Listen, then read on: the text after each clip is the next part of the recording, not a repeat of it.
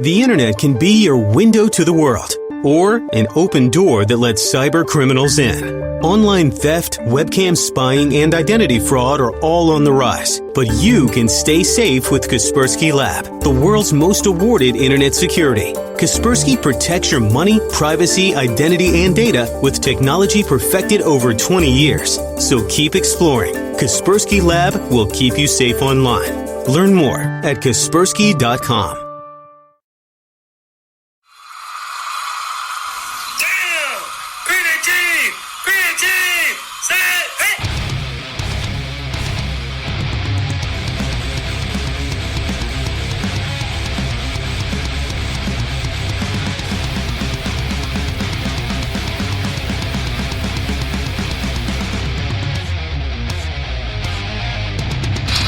Good afternoon, football fans, and welcome to day 2 of AFC Week, right here on IE Sports Radio, your direct feed for all that is sports.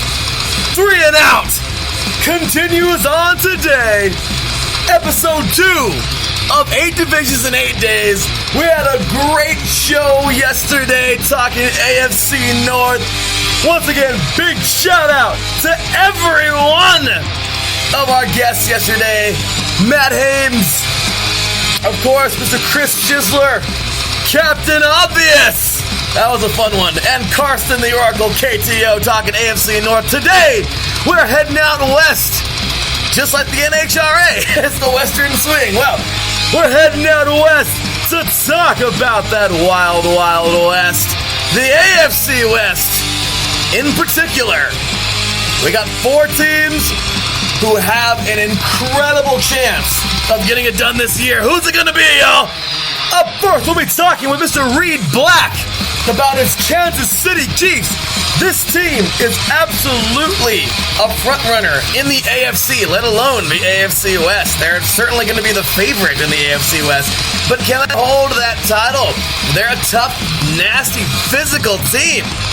But at the end of the day, will this team have enough to get it done in a extremely competitive division containing the Los Angeles Chargers, who are knocking on the door? Phillip Rivers is in his final years of his career, or getting close to the back half, or on the back half of his career, but he's playing as best as he can, and in my opinion, at an incredibly elite level. Is this team going to be the one to dethrone the Chiefs this year? Will they get there? The Oakland Raiders. We'll be talking, of course, we're talking, by the way, with Mr. Micah Farias of those crazy Bolts fans for the Chargers. Talking with Mr. Phil Jones, NFL Robinson III of The Unfiltered Truth today about those Raiders, Derek Carr, a young crazy defense, and oh yeah, Mike Mayock and John Gruden leading the charge, pants in Oakland. Also, how about those Broncos? Miss Lori Volkman will be joining us later on today, the editor of the Mile High Report of SB Nation, diehard Broncos fan. Her team is not to be counted out. Flacco at the helm. Pretty decent defense. Can this team get it done this year? Can they surprise everybody? We shall find out. You are tuned in live to 8 Divisions in 8 Days. Right here, y'all. 3 and Out on IE Sports Radio. Your direct feed for all that is sports.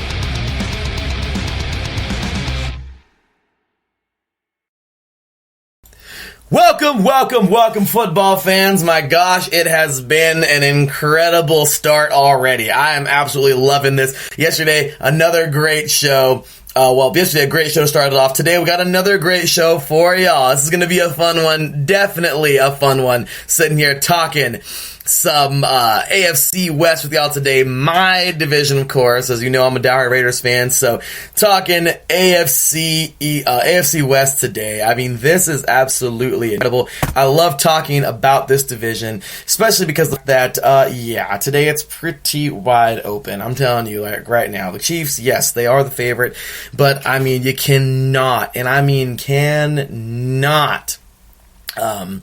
at all overlook other 3 teams, okay? First things first, the Chargers are just ridiculous. I mean, seriously, it is something else. I don't even understand how to talk about these Chargers right now because they're so talented. I mean, Phillip Rivers, of course, is being the quarterback that he is.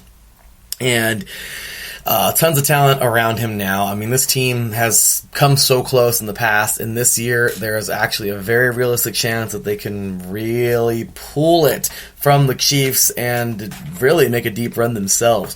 On top of that, the Raiders, I mean, John Gruden and Mike Mayock at the helm, now they are competitive. This is going to be really, really interesting to see how well the Raiders do this year, or if they fall on their face again. We shall see. And the Broncos, yeah, some people may look at them and be like, well, they might be in the basement. You know what? I am personally not believing that because, hey, John always at the top over there. You know, John always doing his thing, bringing in Flacco. Sometimes you just need to change the scenery, and that's really all this thing is. So, really excited to see, who's doing what, who's going where, moving pieces all around the NFL every year. But man, this division is without a doubt something else. I love this division. It is such a competitive division this year, and we have so much to get into today. So, that said, let's go ahead and first things first, as I always say, all glory to God.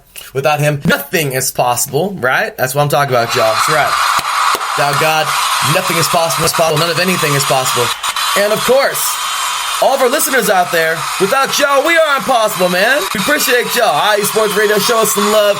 Check us out. So many platforms. iHeartRadio. We're now on TuneIn. We are everywhere. Like, we are freaking everywhere, okay? Spotify, Google Play, Apple Podcasts, formerly known as iTunes. I mean, seriously, I think it's something like that. I don't know what it changed to, but yeah, we are everywhere. And of course, check us out now on our website, iesportsradio.com. Show us some love. Join our newsletter.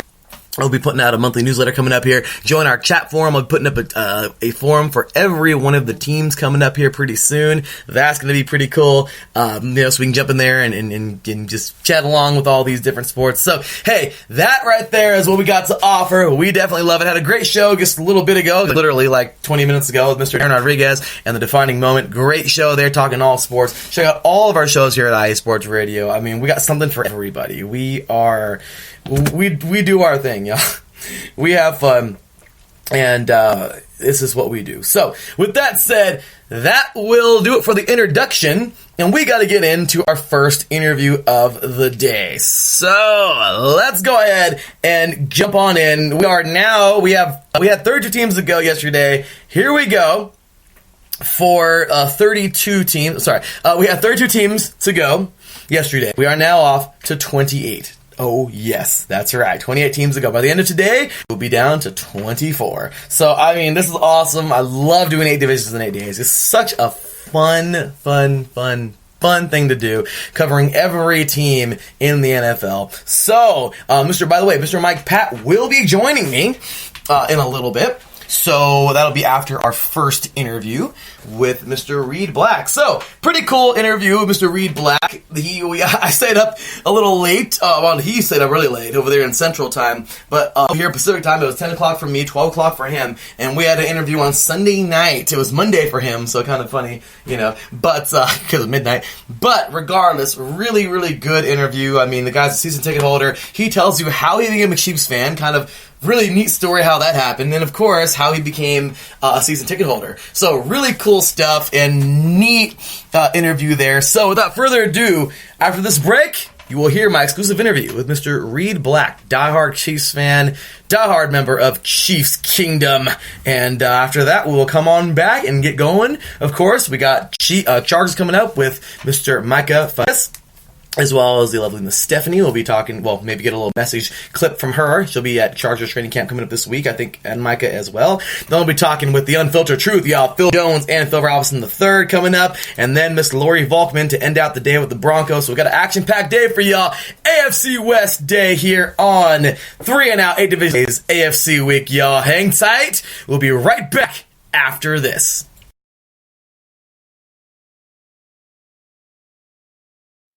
Here comes the pitch, and it comes in wide.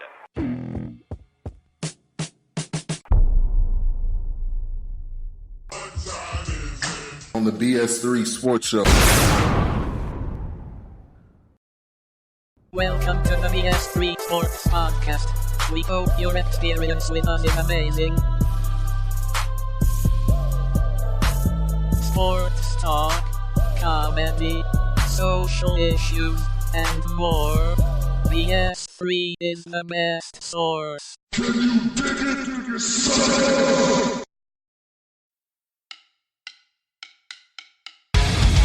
Good day, folks.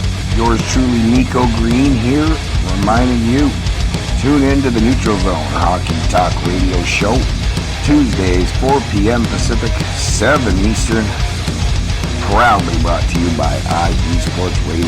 It's the Neutral Zone. All hockey, all the time. Take care. See you soon.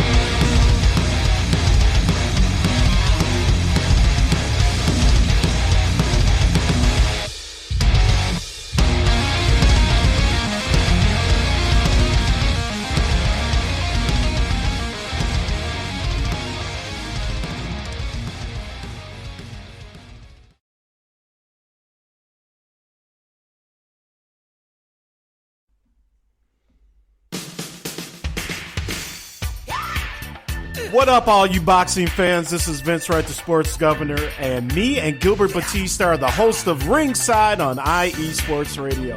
Make sure you keep it tuned to IE Sports Radio, Spreaker.com for the latest edition of Ringside. All the boxing news you need right here. Keep it tuned, Spreaker.com, IE Sports Radio, your direct feed for all that is sports.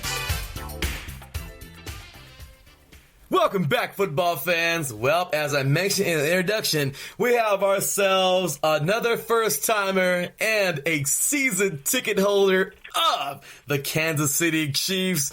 Hey, y'all, get on your feet, Chiefs Kingdom, because here we go. We're starting it off with the defending champs coming at you to start off the AFC West edition of 3 and Out, 8 divisions in 8 days, y'all. As I mentioned at the beginning of the show, we have 4 teams down, 28 to go, and it's going to be quite the show here today. As you know me, your boy Larry B, diehard Raiders fan. I'll be talking some Raiders in a little bit.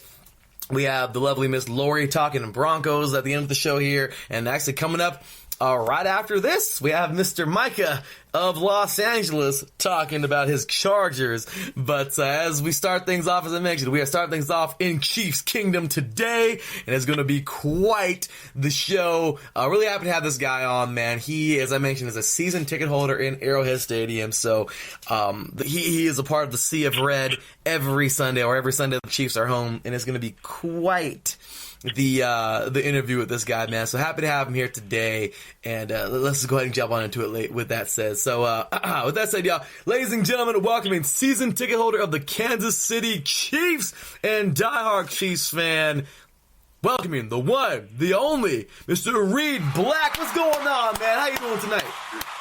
Oh, I'm doing good. How about yourself? I'm doing the best I can, man, and glad to hear you're doing well. And yeah, I know I said tonight, even though I know it is morning right now for the show, or afternoon, depending on where you're listening from. But this interview was actually recorded. I know it's a trend. You're going to hear this throughout the entire week. I've recorded a lot of these interviews on Sunday. This is actually late Sunday. Mr. Reed Black was kind enough to spare some time. Pretty late for him over there in the Midwest. It's currently 12:05 for him on Sunday, actually Monday, July 22nd. For me, it's 10 p.m. or 10:05 over here on the Pacific Coast. So it's kind of funny, man. We're actually doing an interview, and you're a day ahead of me. Yes, sir. I guess so. So, yeah, this was recorded once again, 10:05 p.m. Pacific time on July 21st, 12:05 over there for Mr. Reed Black, as I mentioned, on July 22nd on Monday. So let's get to it, man. Let's have ourselves a fun one. This, like I said, it's going to be a really neat interview, especially, you're a first-timer and you're a season ticket holder, so I'm really excited for this, man. So let's go ahead and start this thing off, man. So here we go. With that said, you mentioned you've been a season ticket holder right now before we got on here for the interview. You mentioned you have been a season ticket holder since you were 17 years old. And you were still playing football yourself. That is awesome. When you were in high school. Yes, But with that, man, we'll go ahead and elaborate on that. Tell these Chiefs fans who don't know you, I'm sure you had a nice following of Chiefs fans. Go ahead and let everybody know. Chiefs fans around the world. Let us know how you became such a diehard Chiefs fan, and pretty much what led you to becoming a season ticket holder. Well, when I was young, it's actually a funny story. I was really young, probably 6 or 7 years old, and just, growing up watching my dad, watching the Chiefs games, and the Chiefs really weren't that good at the time. It was hard for them to win games, I guess I should say. That's kind of a nice way to put it, but at the time it was tough to be a Chiefs fan for my dad. That part about it was one day I'd actually came home with a Patriots hat. The Patriots, they've been good for a while. I came home with a Patriots hat, and the next day I woke up, I was proud to wear that, well, to me it's ugly now, but that blue and red. And I woke up the next day and I was like, Dad, where'd my Patriots hat go? And, to this day he says he didn't throw it away, but hey, to this day I've also never found my Patriots hat. So, yeah. So, I was 6 or 7. You're young, you see a team winning, that's kind of who you follow, I guess. Year passed by and the Chiefs were still bad, and my dad, it seemed like every touchdown, I'd be upstairs watching a different game because we got Sunday ticket here. I'd be watching, Red Zone, just something different, and I'd hear my dad screaming, and it kind of made me become a Chiefs fan because they were so bad. The Chiefs were so bad, but he was still cheering after every touchdown. They could be down 28-7, 35-7, 35-0, and my dad was still down there cheering. So one day I put on a Chiefs jersey. I walked downstairs, and it kind of all escalated from there. Anyway, I've been a Chiefs fan ever since. I turned 17, and the Chiefs had came out with this new season ticket package, and it was cheap at the time because it wasn't like an all-inclusive season ticket package. It didn't include the discounts and the discounted merch and just all that cool stuff. But I actually I wanted it so bad that I had a bank that I was working and playing football here in the Midwest, and I actually zeroed out my bank account to buy the season tickets, and that's kind of my story on getting the season tickets. And I've always been a big tailgater. I've always loved tailgating at Chiefs. That could be because when I was little, you walk through the parking lots at the stadium, and it's just a cool atmosphere there. Kind of another cool story is last year, if there's a game at St. Joe's about an hour north of Kansas City. So if there's a game at noon, I'm usually leaving the house at 5:30, probably 5 in the morning to hit the gates by 7 to be out there tailgating. But last year, I actually got online and I started looking at school buses to take down the Chiefs games. And finally, one, and I've been tailgating in a school bus. And we've kind of, the group that I go with, we've kind of given ourselves a name of the Cool Bus Crew. And now we have a crew. So, it's just kind of cool and just having that cool gate. That's where I'm becoming a Chiefs fan. That is awesome. That is absolutely awesome. Where's that applause button, man? That's awesome. I know you can't hear the applause button, but I just hit it for you, man. That is super cool. What a neat way, to become a Chiefs fan. That's hilarious about your pops. Let's say quote unquote getting rid of the Patriots hat. Yes, sir. I thought that was pretty funny, man. That's pretty cool. You became such a diehard, man. Emptied out the bank account when you were in high school to be a season ticket holder. Hey, man, you're a true diehard. And these Chiefs, man, I'm sure they definitely appreciate you. And of course, all the Chiefs fans out there. I think any sports team and absolutely adores and loves their fans. I mean, hey, if you think about it, man, we're the fans that keep them going. Yes, sir. Yes, sir, for sure. That's awesome, man. So let's go ahead and jump on it. So that was pretty cool, pretty unique story right there. I like that. That's awesome, man. We always hear some really cool stories. I mean, hey, we, usually, get, a lot of really, really neat stories all throughout 8 divisions in 8 days. And I'm glad that your story could be a part of it this year, man. Yes, sir. Yes, sir. So, okay, so let's go ahead and do this, man. We have here Bashad Breeland, corner, okay, going to your team this year. Super cool to see him, signed to a 1-year deal. He was with the Packers last year. So we're going to go ahead and get into I guess I jumped all around into it courtesy of ESPN.com, but we're going to talk some free agency and kind of just talk about, who's now a Chief. You can throw in anybody else who I may miss or maybe not be on the list or anything like that. So as I mentioned, first up, Bashad Breeland, corner, going over to help the secondary. Also, Tyrann Mathieu, man. This guy, the Honey Badger, of course, because playing great. Oh man, I know you're so excited to have this guy there in Kansas City because he was quite the beast over there in Arizona, and he was a heck of a player at LSU. So you know what? Hopefully he can revamp his play and just continue to play that Honey Badger football. Also, Alex Okafor, defensive tackle. You guys did depart with D Ford. So Alex Okafor now coming on in here to play defensive end. Pretty good pickup there. Next up, you have Carlos Hyde, which is absolutely a beast. I mean, Carlos Hyde is a guy that I am so mad you guys picked him up as a Raider fan because, I mean, gosh dang it, it's like seriously, like, can you guys get any more freaking weapons? I mean, this is incredible. What a job here by Carlos Hyde and every team he's played for. This guy is he's always a full-blown, like, let's go, give me the rock type of player. So Carlos Hyde did, big things in Frisco. Played for the Browns and the Jags, but I'm excited to see him now playing over there for the Chiefs. I mean, certainly going to be a pretty good player, for you guys, I believe. Damian Wilson, linebacker, you guys picked up, and that is it. And he actually played for the Cowboys for 4 seasons. So it says here on ESPN.com. So if there's anybody I missed, you can throw them in there. And of course, if not, we can go around ahead, man. Elaborate. Let us know what you think, what you expect out of these 4 players going to the Sea of Red this year. Oh, man, the same thing I expect out of any of them, I guess. It's really exciting, especially on the defensive side. I remember last year, it's kind of the same feeling with Mahomes. Last year Mahomes came in, and game 1, you didn't know what to expect. Is he going to be good? Is he going to be great? Or is he going to be Brody Coyle and be terrible? Or Matt Cassie, just something like that. You're just never, you just don't know as a fan. It's kind of exciting, but at the same time, it's kind of nerve-wracking. That's the kind of the way the defense is this year. You watched the games last year. You know what our defense was like last year. It seemed like nothing clicked, nothing was ever going right.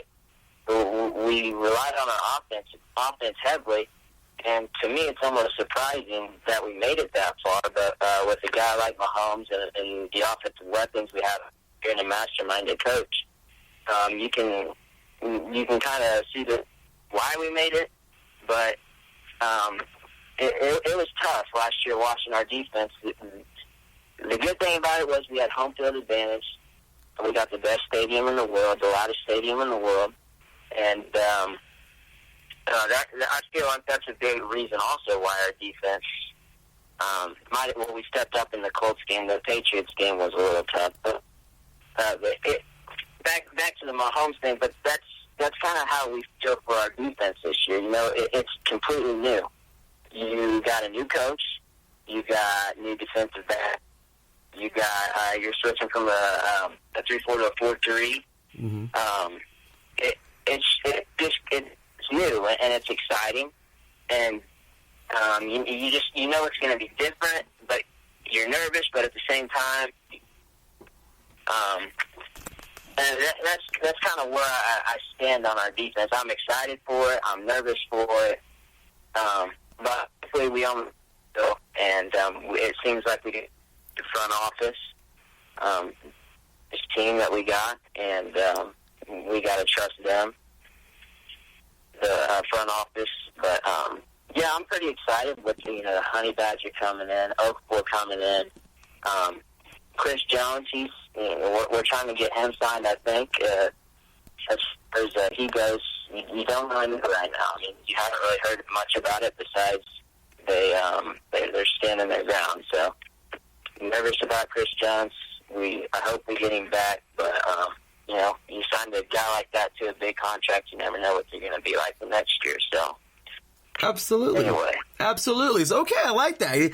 Big expectations. I like what you said, man.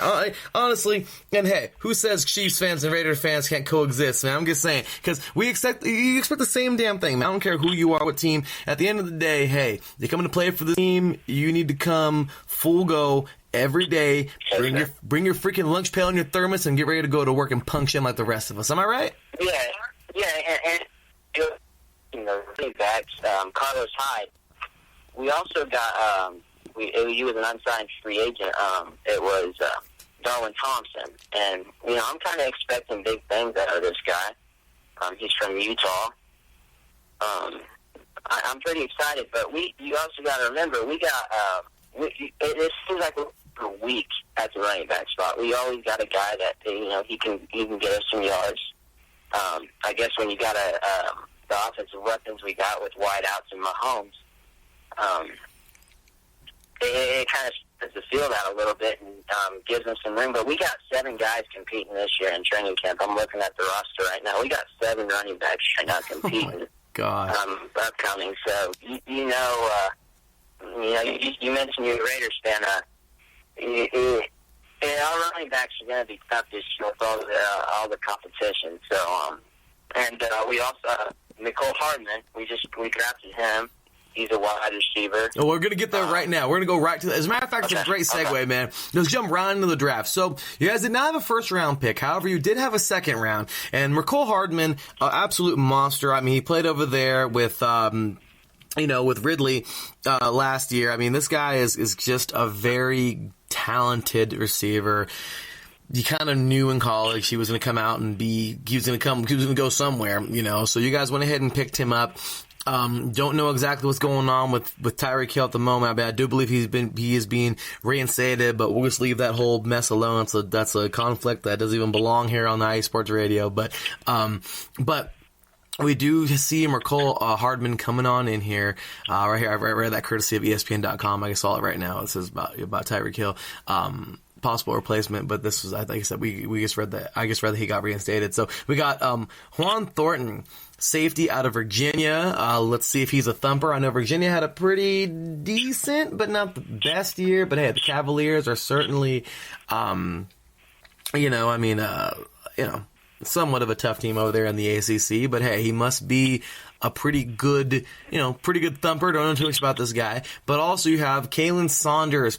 I watched this man in the Senior Bowl, and I think everyone saw it. This man right here did a gosh darn backflip to a round off. Okay, this guy is like 300 and some pounds. Okay, he's a squatty body, as Mike Mayock would say. But this guy is an absolute beast. Okay, awesome story. He actually flew back home to, I think, in Illinois, where he's from, Western Illinois, or I forgot where he lives. I might have been Western Illinois, I don't know, but he actually, the day before Senior Bowl, flew back home to watch his wife give birth to their daughter, or their son, to their baby, and then moved back, or went back to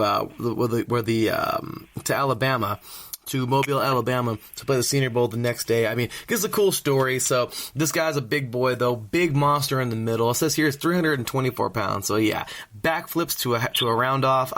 Pretty athletic, if you ask me. Then you have Rashad Fenton, corner out of South Carolina. Don't know too much about him, as well as what was that? What was that? You there? Yes. Okay, sorry about that. Oh, did you mention anything about Rashad Fenton? No, I mentioned Juan Thornhill. Oh, that's right. Yeah, that's right. We mentioned him a few minutes. Well, Juan Thornhill, safety out of Virginia. We also have Rashad Fenton, corner out of South Carolina. Darwin Thompson, running back out of Utah State. He's an Aggie. Hey, Turbin came out of, he was a pretty tough running back out of Utah State a couple years back that ran the ball for Seattle for a few years. Nick, looks like, Algretti, I believe, center out of Illinois in the 6th round, and that is your whole draft. So go ahead, man, recap your draft, kind of talk about these players and what you think, their roles will be in the first year. My thoughts on the draft, to me, the Chiefs aren't getting enough credit this year for the draft.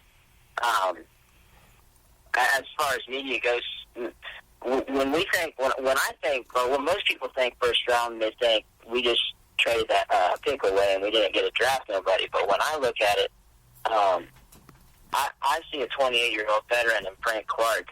We traded that 28th pick to Seattle for Frank Clark, and to me, that's just great.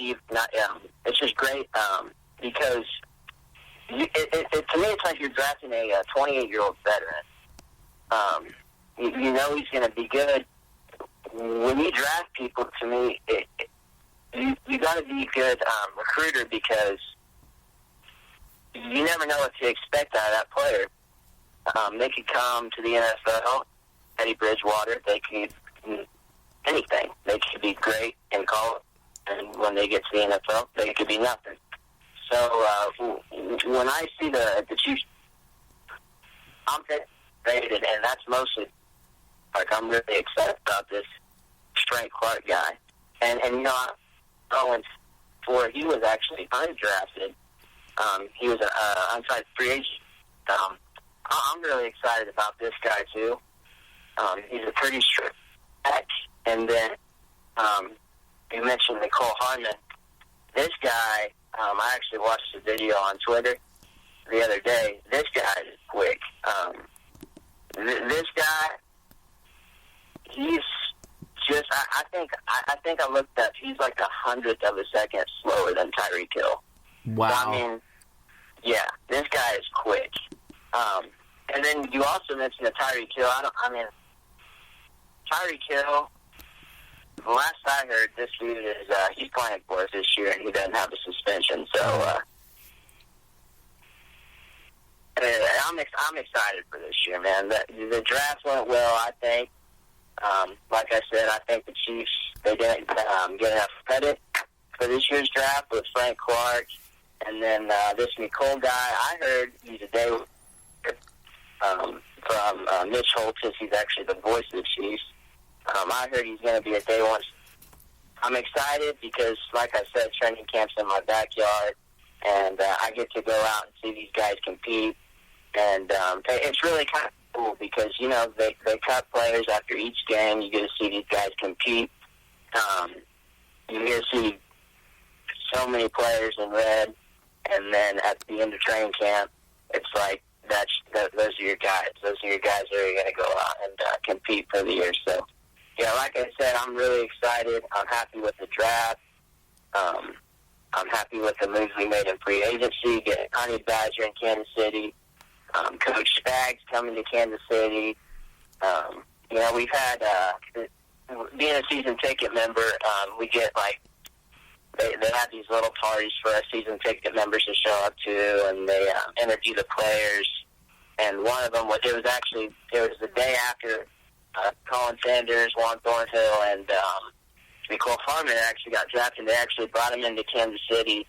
The next day they flew him in, and they actually interviewed them in front of all the season ticket members. So, us Chiefs fans are ready for it, especially after last year, the heartbreaking loss, and I'm sure we'll get to that. But that's pretty much my take on the draft this year. I don't think we got enough credit for what we did. So I like it though. So real quick, man, quick and dirty.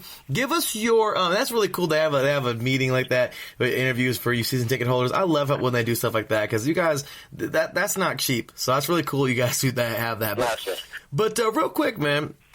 Give us your grade. What would you grade this draft for the Chiefs? I would say personally myself a B. I think is what I gave them.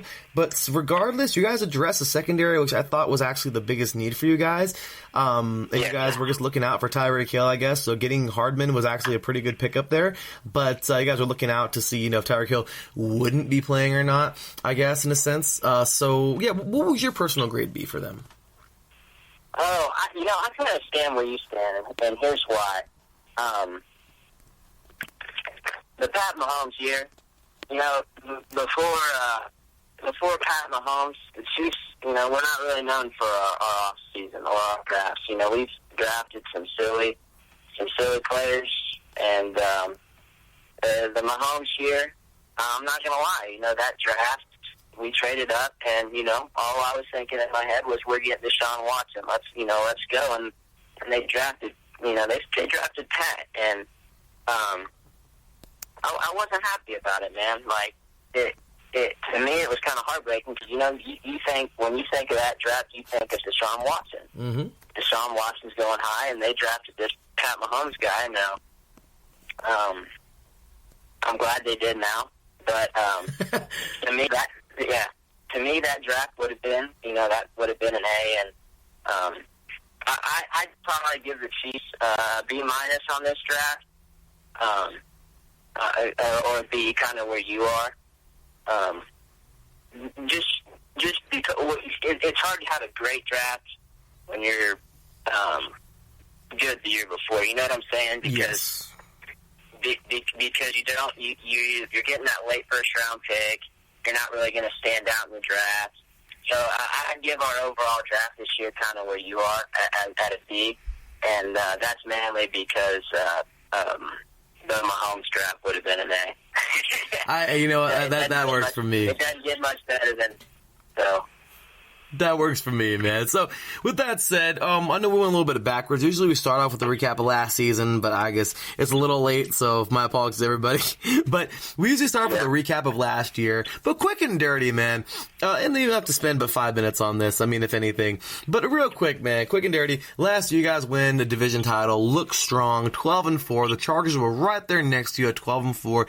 Then the Broncos at 6-10, and my beloved Raiders just doing what they love to do, which is absolutely fall apart and live in the basement, but that's a story for another day, at 4-12. So, with that said, man, give us your thoughts on last year, and go ahead and give us every raw emotion. Hey, man, 12-4 is a pretty dang good record. Give us your thoughts about last season, of course, all the way into the playoffs, and that pretty tough loss in the AFC Championship game.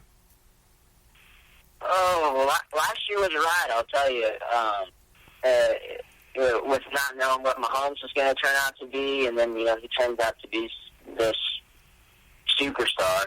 And if you can't tell, we love Mahomes in Kansas City. Mahomes needs a statue on top of every building in Kansas City. But last season was right, and it was right. We had a pretty good season. The only really heartbreaking loss last season to me was LA at home. Being up big like that, and just blowing it, and you get so confident as a Chiefs fan, then you have a game like that, and it's that close to the playoffs, and you're like, oh, this is going to be another one of those heartbreaking playoff seasons. So, and then we get into the playoffs. We came out with that first seed, which is good, and we get those that home field advantage, and we get the Colts, and it was a snowy game. Everybody, of course we filled up the stadium still, but it was a snowy game. Mahomes is your guy. Snowy, you don't know how he's going to throw the ball. Our defense actually, to me, stepped up pretty good that game, and we had a pretty good defensive game that game. To our other defensive games. And, you get into the AFC Championship, and, you're ready to host that, or lift that Hunt Trophy up in the air for the first time. And at home. At home. Like, literally, yes, because Lamar Hunt, that's home. Yes, sir. And it's heartbreaking. It was a heartbreaking night. But at the same time, you're like, it makes you that much more excited for the next year because, you know you can only get better. So, I hope I didn't just jinx the Chiefs there, but, yeah, we're excited. Last year was heartbreaking, but the players, the fans, everybody's ready. I mean, you know, like today we had a season ticket member like party where we picked up our season tickets, and it's the atmosphere. You just know when you're going to be good. I guess like it's just a different feeling than what it was like in the early 2000s. So, we're excited, and we're ready to go. So, and I'm glad. And real quick, I just have to ask. And I'm going to ask also my Rams fan next week in NFC week. But my gosh, man, back on November 19th of last year, week 11, we had probably one of the most incredible, entertaining football games I've ever seen in my entire life. I absolutely hate. Yeah. I am a defensive player all day long. I cannot stand high scores. But oh my gosh, why did I love this game so much? Because the defenses both scored in this game, and it was awesome. Ultimately, the Rams, I don't know what game you're talking about at home, because there were two tough losses you guys took. Actually, no, I think you're talking about week 15, right, versus the Chargers. Yes, sir. 29-28. Okay. But my gosh, just a couple weeks before that, you end up taking on the Rams in one of the most anticipated, when people were talking about this could even be the Super Bowl. Incredible game. You guys lost one 54-51 in one of the most incredible high scoring games. I think it's like the second or third or fourth, somewhere right around there, and the highest scoring ever in Monday Night Football, and I think like the third or fourth or something like that ever scored in the NFL. I mean, incredible job by both these teams, but one had to lose. I think they went to overtime, but regardless, the Rams won this thing. But still, because being on one side of this team, I know you guys were the loser, but regardless, man, how many gray hairs did you get in this game? Oh man, my whole head might have been gray by the end of that game. But I don't know if I had gray hairs or if I had no hairs at all. But,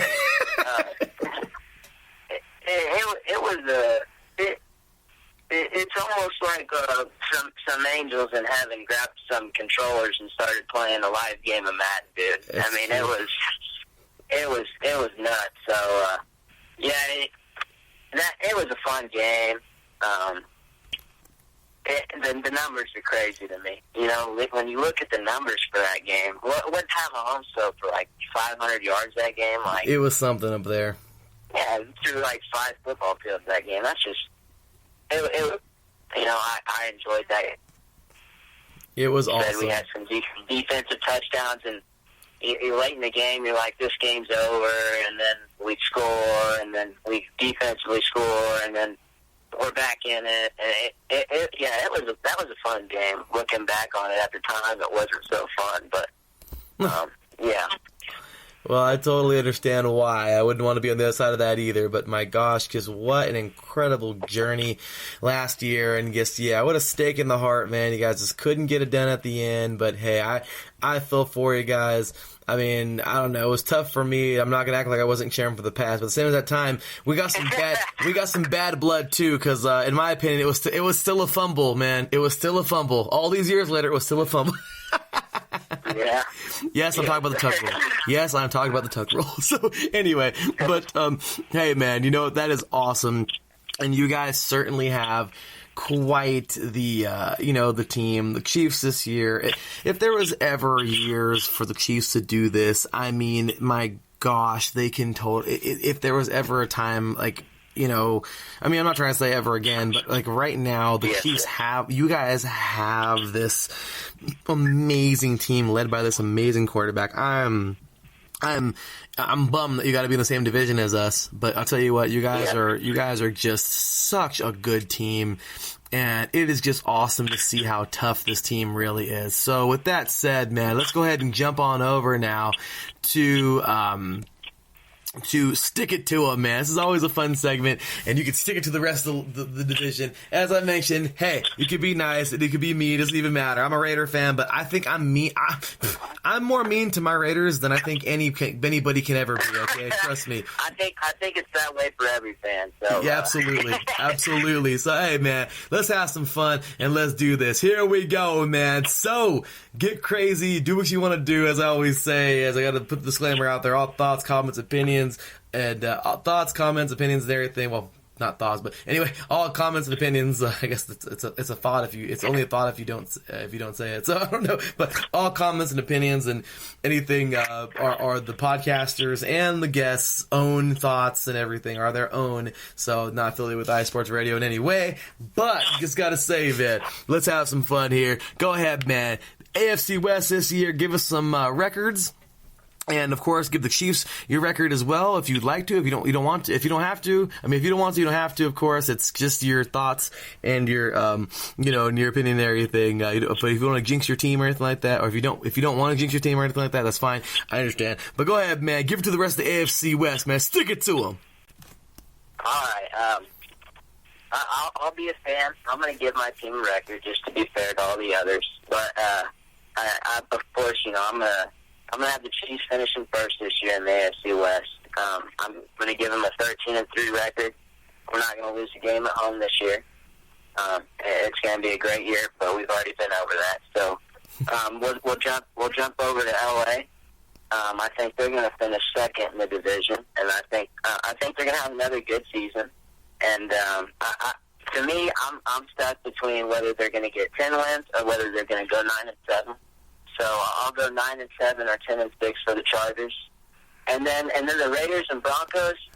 I'm kind of between them because this season, last season, and all these new guys, Brad, and to me, Antonio, I feel like he's just he's great. He's a good football player, but he's going to bring problems to the locker room for the Raiders. So I'm. Raiders feeling 10-6, and kind of set between 6 and on them, and that's because I think a lot of football and stuff and being around it a lot. I think the most important parts of it because you're stick guys out on a job and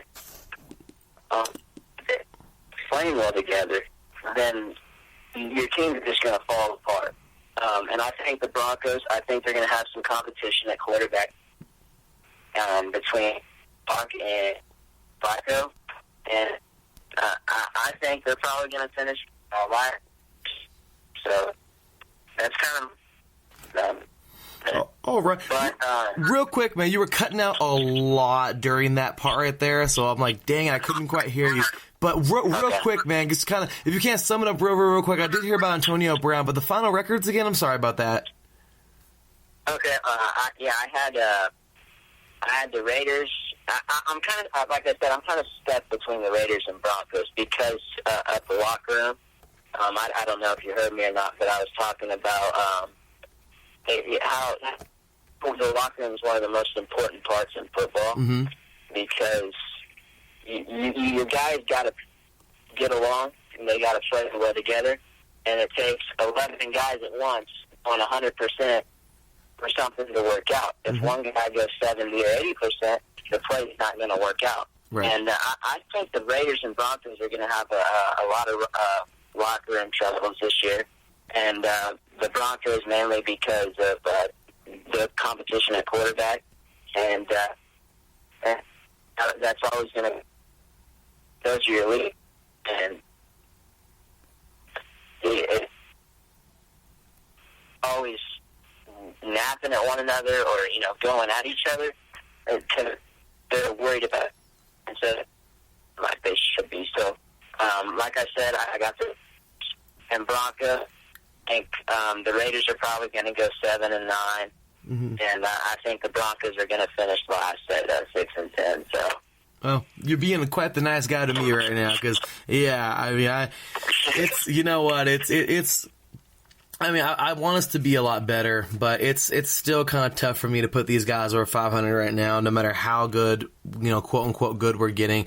I'm at the point which, if you're listening to the show right now live, of course, it's a recorded show, but if you're listening into the show later on, Raiders, we're actually up next. Oh, actually, we're after the Chargers. So after Micah goes in this show, you'll hear myself. And I think Phil Jones might join me. I don't know if he is or not, but you'll be hearing me talk some Raiders. And yeah, I last year had nothing quite nice to say. But, you know, this year I have a little more hope. But yeah, as a realistic point, I totally understand where they are. And as for the Broncos right now, just because they don't have a quarterback, I totally understand why they would be in the basement. But Raiders aren't far ahead right now because we still have some building to do. But your Chiefs, man, certainly a tough team and gonna be a team, or the team to beat in the AFC West, and certainly gonna be the team to beat, I think, in the AFC, or one of the teams to beat in the AFC. So with that said, man, that's gonna do it for this one, man. I'm so happy that we were able to have you on the show. I don't care if it's, you know, freaking 10:41 for me and 12:41 for you over there tomorrow. Hey, man, thanks so much for making the time tonight, man. This has been such a cool interview, and I appreciated the heck out of you, man, for being on the show tonight. So with that said, man, one more time, y'all, ladies and gentlemen, Mr. Reed Black. Hey, thanks again, brother. It's your time, man. Go ahead, plug yourself. Where can all these diehard Chiefs fans out there, man, the Sea of Red, Chiefs Nation, Chiefs Kingdom, where can they find you on Twitter and anywhere else you want to plug? Oh, they can find me on Twitter at it's BLCK Reed with an L. That's my Twitter username. And for all you Chiefs tailgaters, you can find me in the back a lot at every game. So I drive a big red bus, so you won't miss me.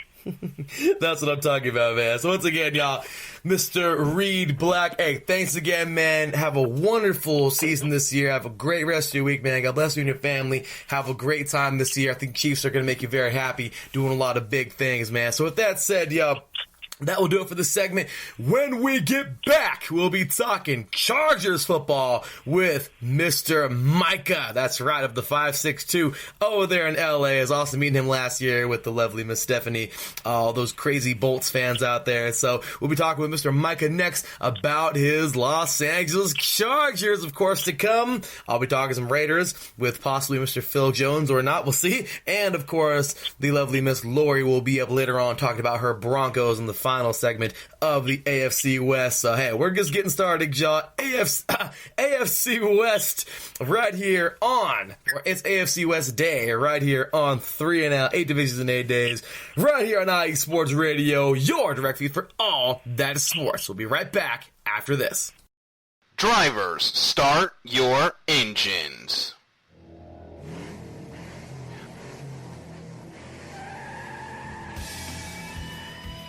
Auto racing takes many forms, from the close quarter contact of NASCAR to the high-speed, high-risk atmosphere of IndyCar, all the way to the pinnacle of technology with the Formula One World Championship. No matter if you prefer the high banks of Daytona, the concrete canyons of Long Beach, or the flowing curves of the Nürburgring, the international language of motorsports is simple. Go fast, run hard, and come home first. So join us, myself, Darrell Kinsey Jr., Lolita Camello, and Michael Ward, on a world tour of all the best motorsports has to offer on the Extra Mile, Thursdays at 7 p.m. Eastern, 4 p.m. Pacific, only on your home for all. That is sports. IE Sports Radio.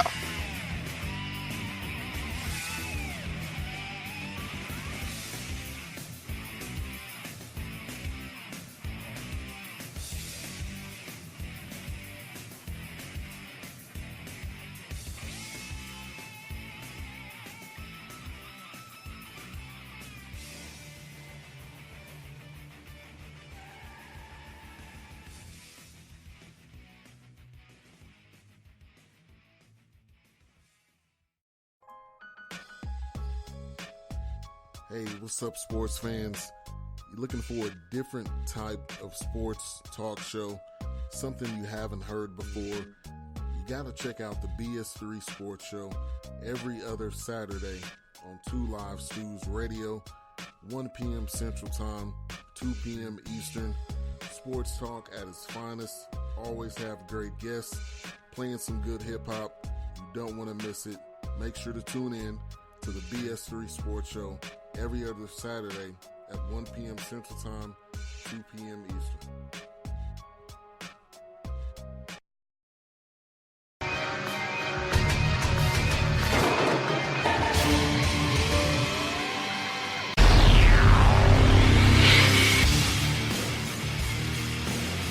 Wrestling fans in the podcast world, you are in the right place to listen to the right show, the premier show in the professional wrestling podcasting world. This is Ring Rambling Radio, and you're listening to one of the co-hosts. I am Martin Sandoval, a.k.a. the SoCal Saint, along with my two co-hosts, the lovely Felicia and my boy Matt. Yes, every Saturday or every other Saturday morning, you can listen to us, the premier wrestling team, giving you the premier wrestling news, rumors, updates, event discussions, everything that has to do with professional wrestling. You're in the right place. IE Sports Radio presents Ring Rambling Radio. Don't miss it, because it's just too sweet.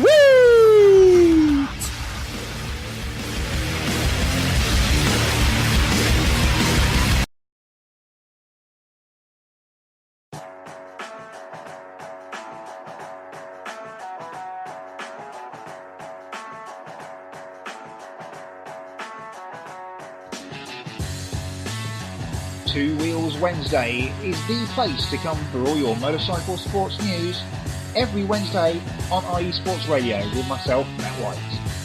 All the latest news, rumours, race reviews and previews from World and British Superbikes and the big one, MotoGP. Two Wheels Wednesday, every Wednesday on IE Sports Radio, your direct feed for all that is sport. Hey guys, it's Stephanie here. Some of you guys know me as Beauty and the Bolts. But Larry here has asked me to talk to you guys a little bit about the Chargers. I'm a diehard Chargers fan. I went to 16 games last season. I vlog online. I have a YouTube channel. It's Beauty and the Bolts, so go check it out. Whether you're a Chargers fan or not, it's kind of cool. You get to see a little glimpse of what we do. Tailgates, game day, fan experiences, things like that. But let's get into the Chargers. So last season, I think we all kind of remember it ended with a sad loss to the Patriots. But overall, I think the 12 wins that we had during the season, during the regular season, I should say, and then the win in the playoffs against the Ravens was equal to a great season.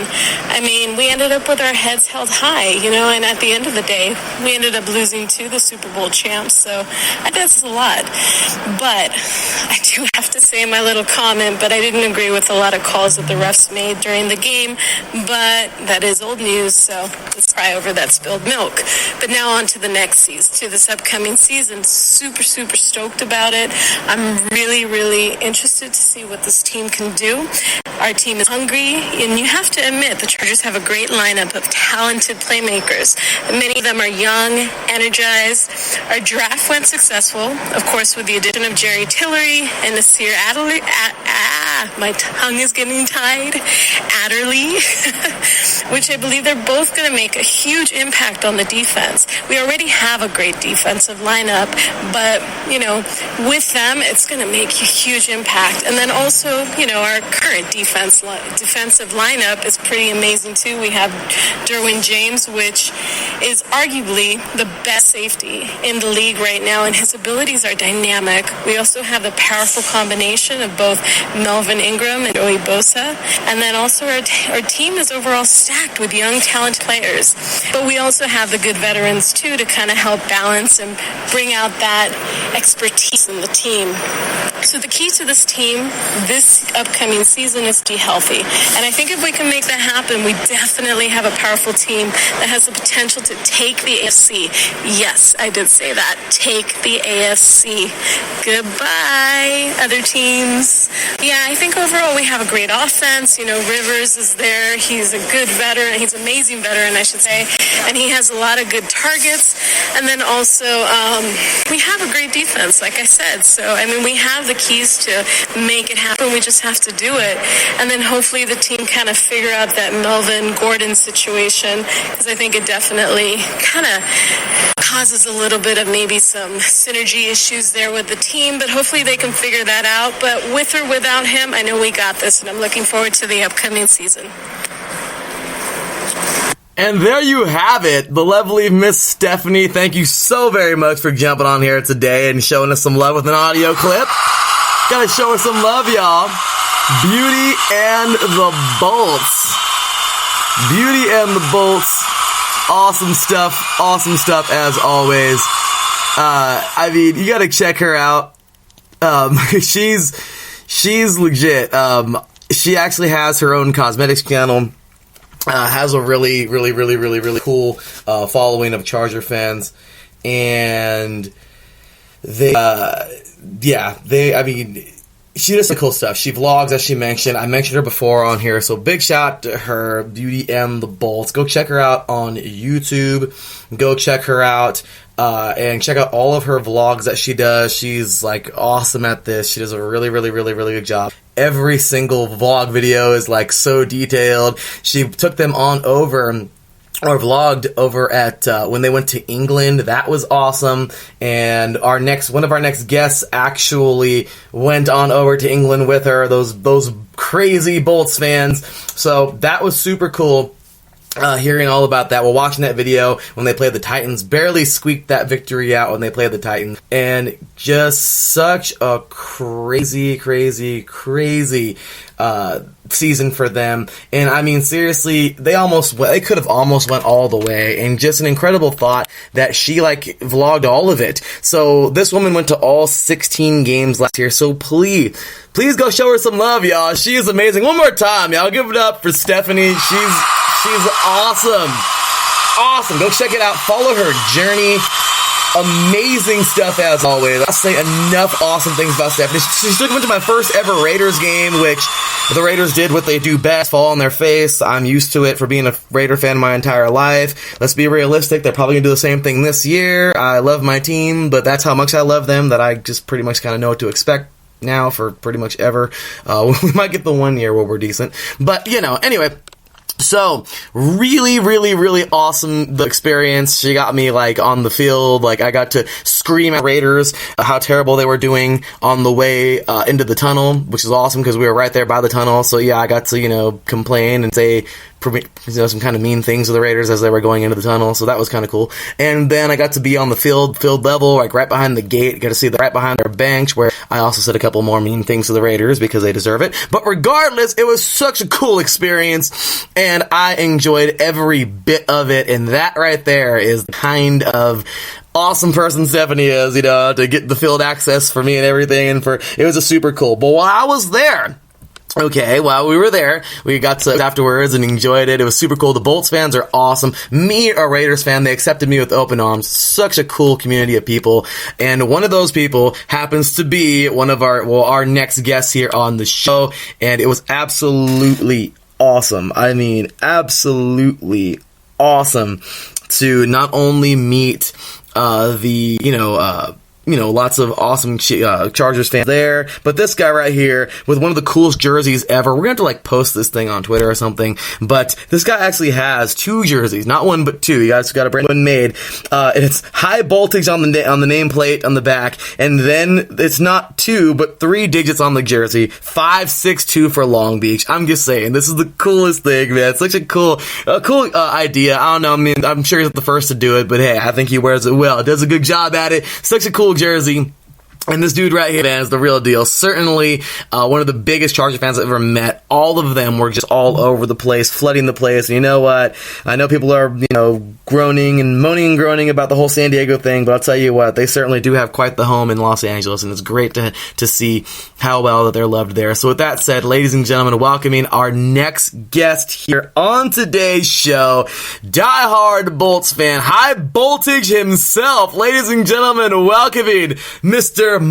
Farias. What's going on, Micah? trouble hearing you. It's going up high and low. Okay, there we go. Let's try this one more time. Better? Yeah, much better. All right, sorry about that. I didn't have it on speaker. My bad. Anyway, one more time, y'all. Let's do it again. Mr. Micah Farias, what's going on, Micah? What up? What's up, Boat Nation? No, I don't like saying Boat Nation. What's up, Hot Boat Nation? Something like that. Hey, man. It's an honor to have you back on air. LASD, we all rep. Absolutely. It was such an awesome experience last year. Like I said, the Raiders got destroyed as usual because it's the typical thing that we do. But to see you guys play so well, yeah, I'm telling you. I know. I sound. You know what, Larry B, you were telling me a little while ago that you were yelling at John Gruden. We give you props. I'm pretty sure you weren't the only one out there. I'm pretty sure you didn't learn from the Seahawks. From the Seahawks Patriots Super Bowl game when he decided to throw the ball.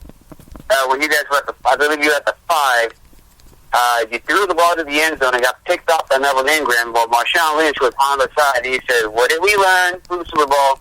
Give it to beast mode." I'm pretty sure you went nuts over that play too. Mike, I think I showed you the video where I was in the stands right there when we had a chance to score, and Derek Carr threw a pick in the end zone, and I loved it. I was screaming. So I was screaming at the defensive line. It was hilarious. I was screaming at them right there, and I seen one or two guys actually turn around, and I was pointing you, hello, you, dude. I was seriously, I sat too close. Seriously, seriously. The Raiders know who I am now, and they probably hate me. Everybody was just give it to beast mode. Give it to beast mode. Oh my gosh, but hey, it's good for that was a damn good pick.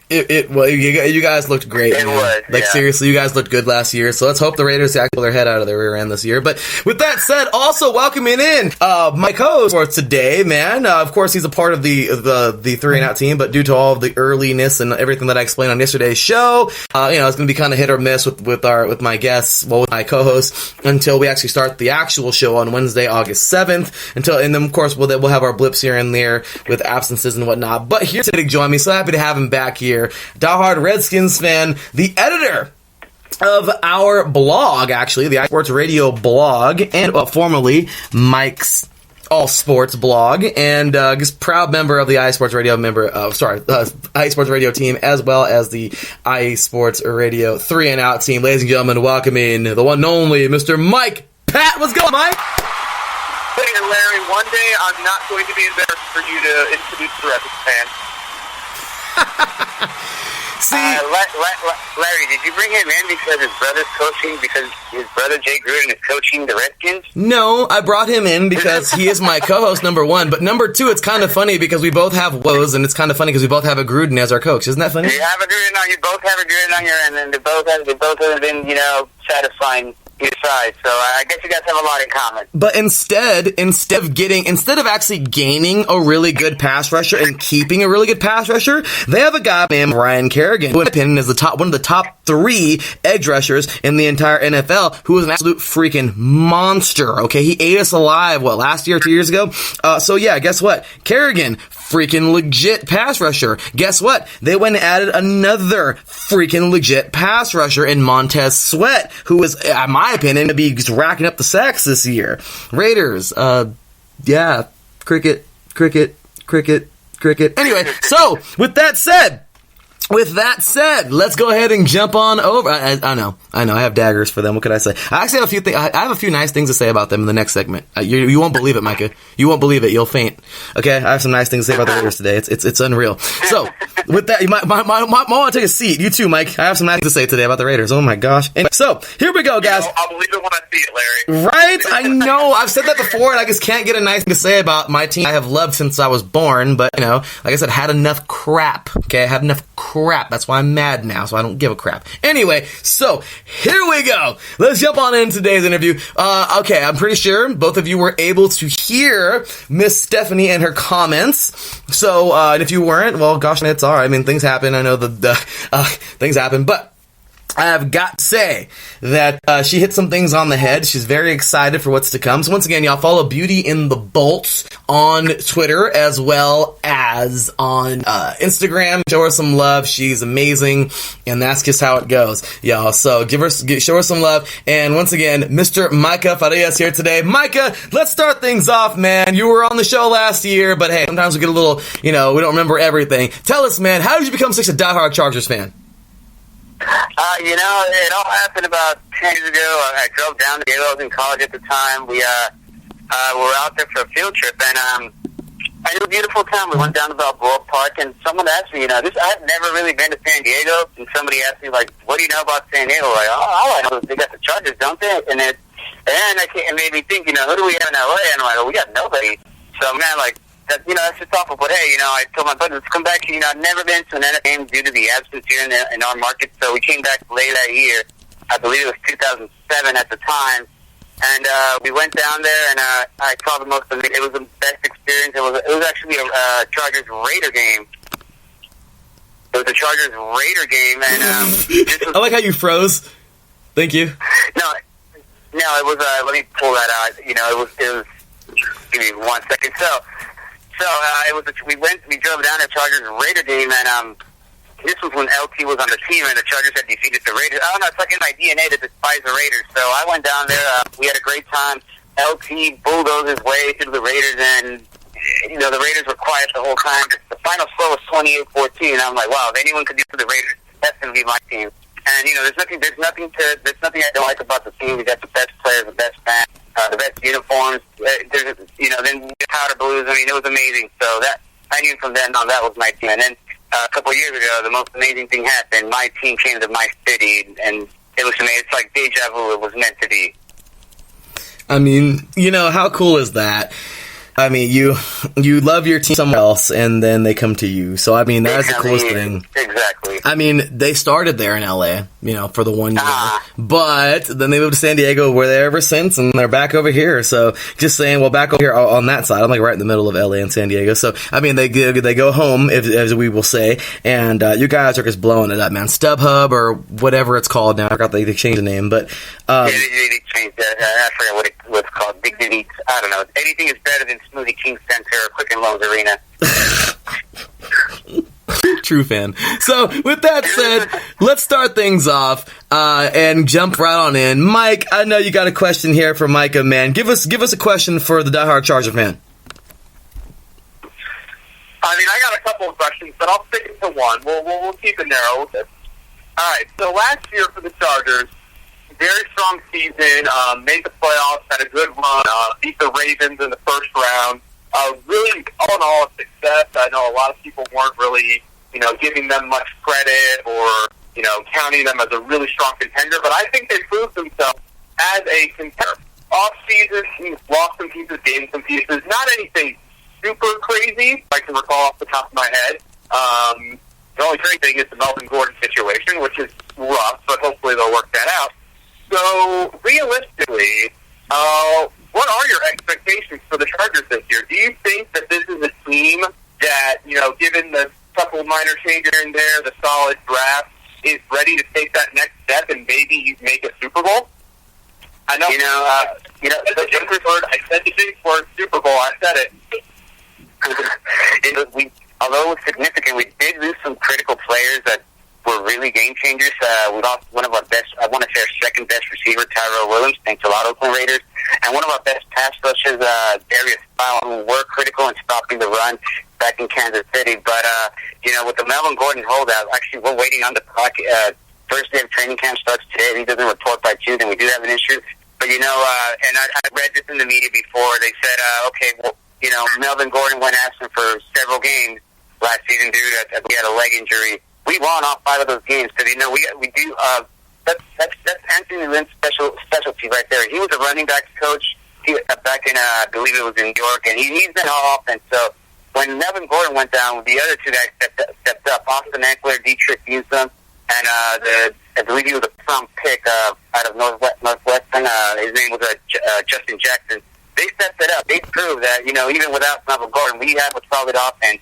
So we have high expectations this year. We drafted really, really well. We drafted more defense than offense, but given that said, I'm not worried. I have good faith in our coaches, and I believe our run game is only going to get better because that's the next guy stepping it up, and he's really, really good at it.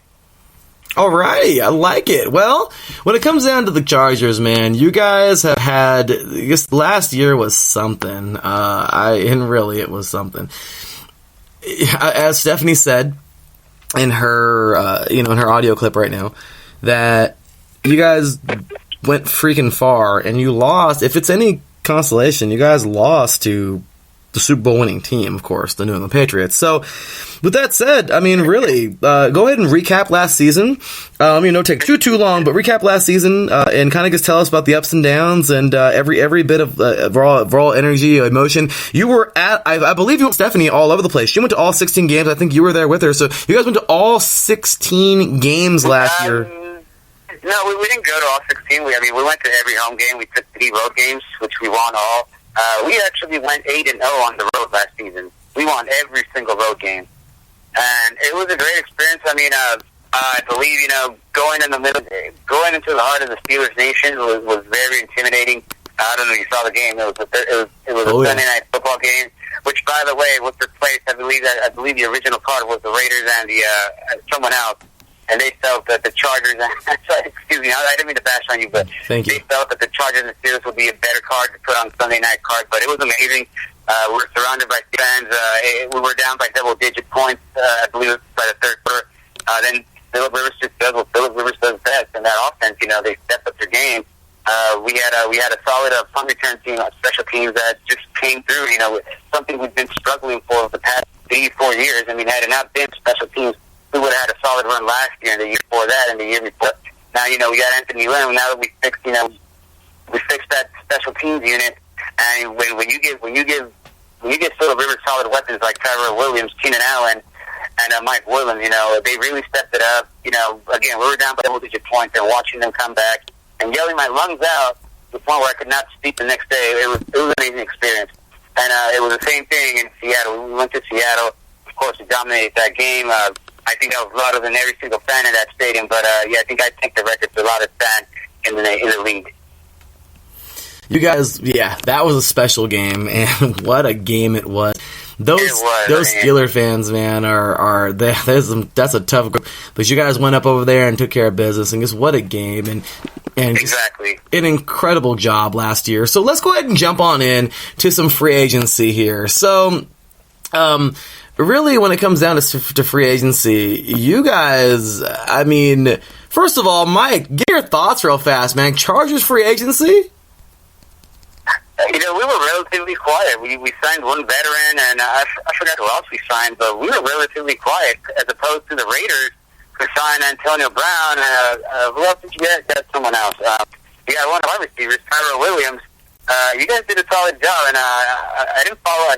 I believe, it felt like the whole AFC West was making moves, except I don't know that's Anthony Lynn's way of maintaining our graveyard, the same team that we did out to. But we were relatively quiet this year. Yeah, looking at it courtesy of ESPN.com, you have Thomas Davis, linebacker for the Panthers. Thomas Davis, he's the vet, yeah. Adrian Phillips, safety. You guys re-signed him. We re-signed him. Terod Taylor. Terrell Sanders, yeah. So we saw that as opposed to the Raiders, signing 2 good receivers.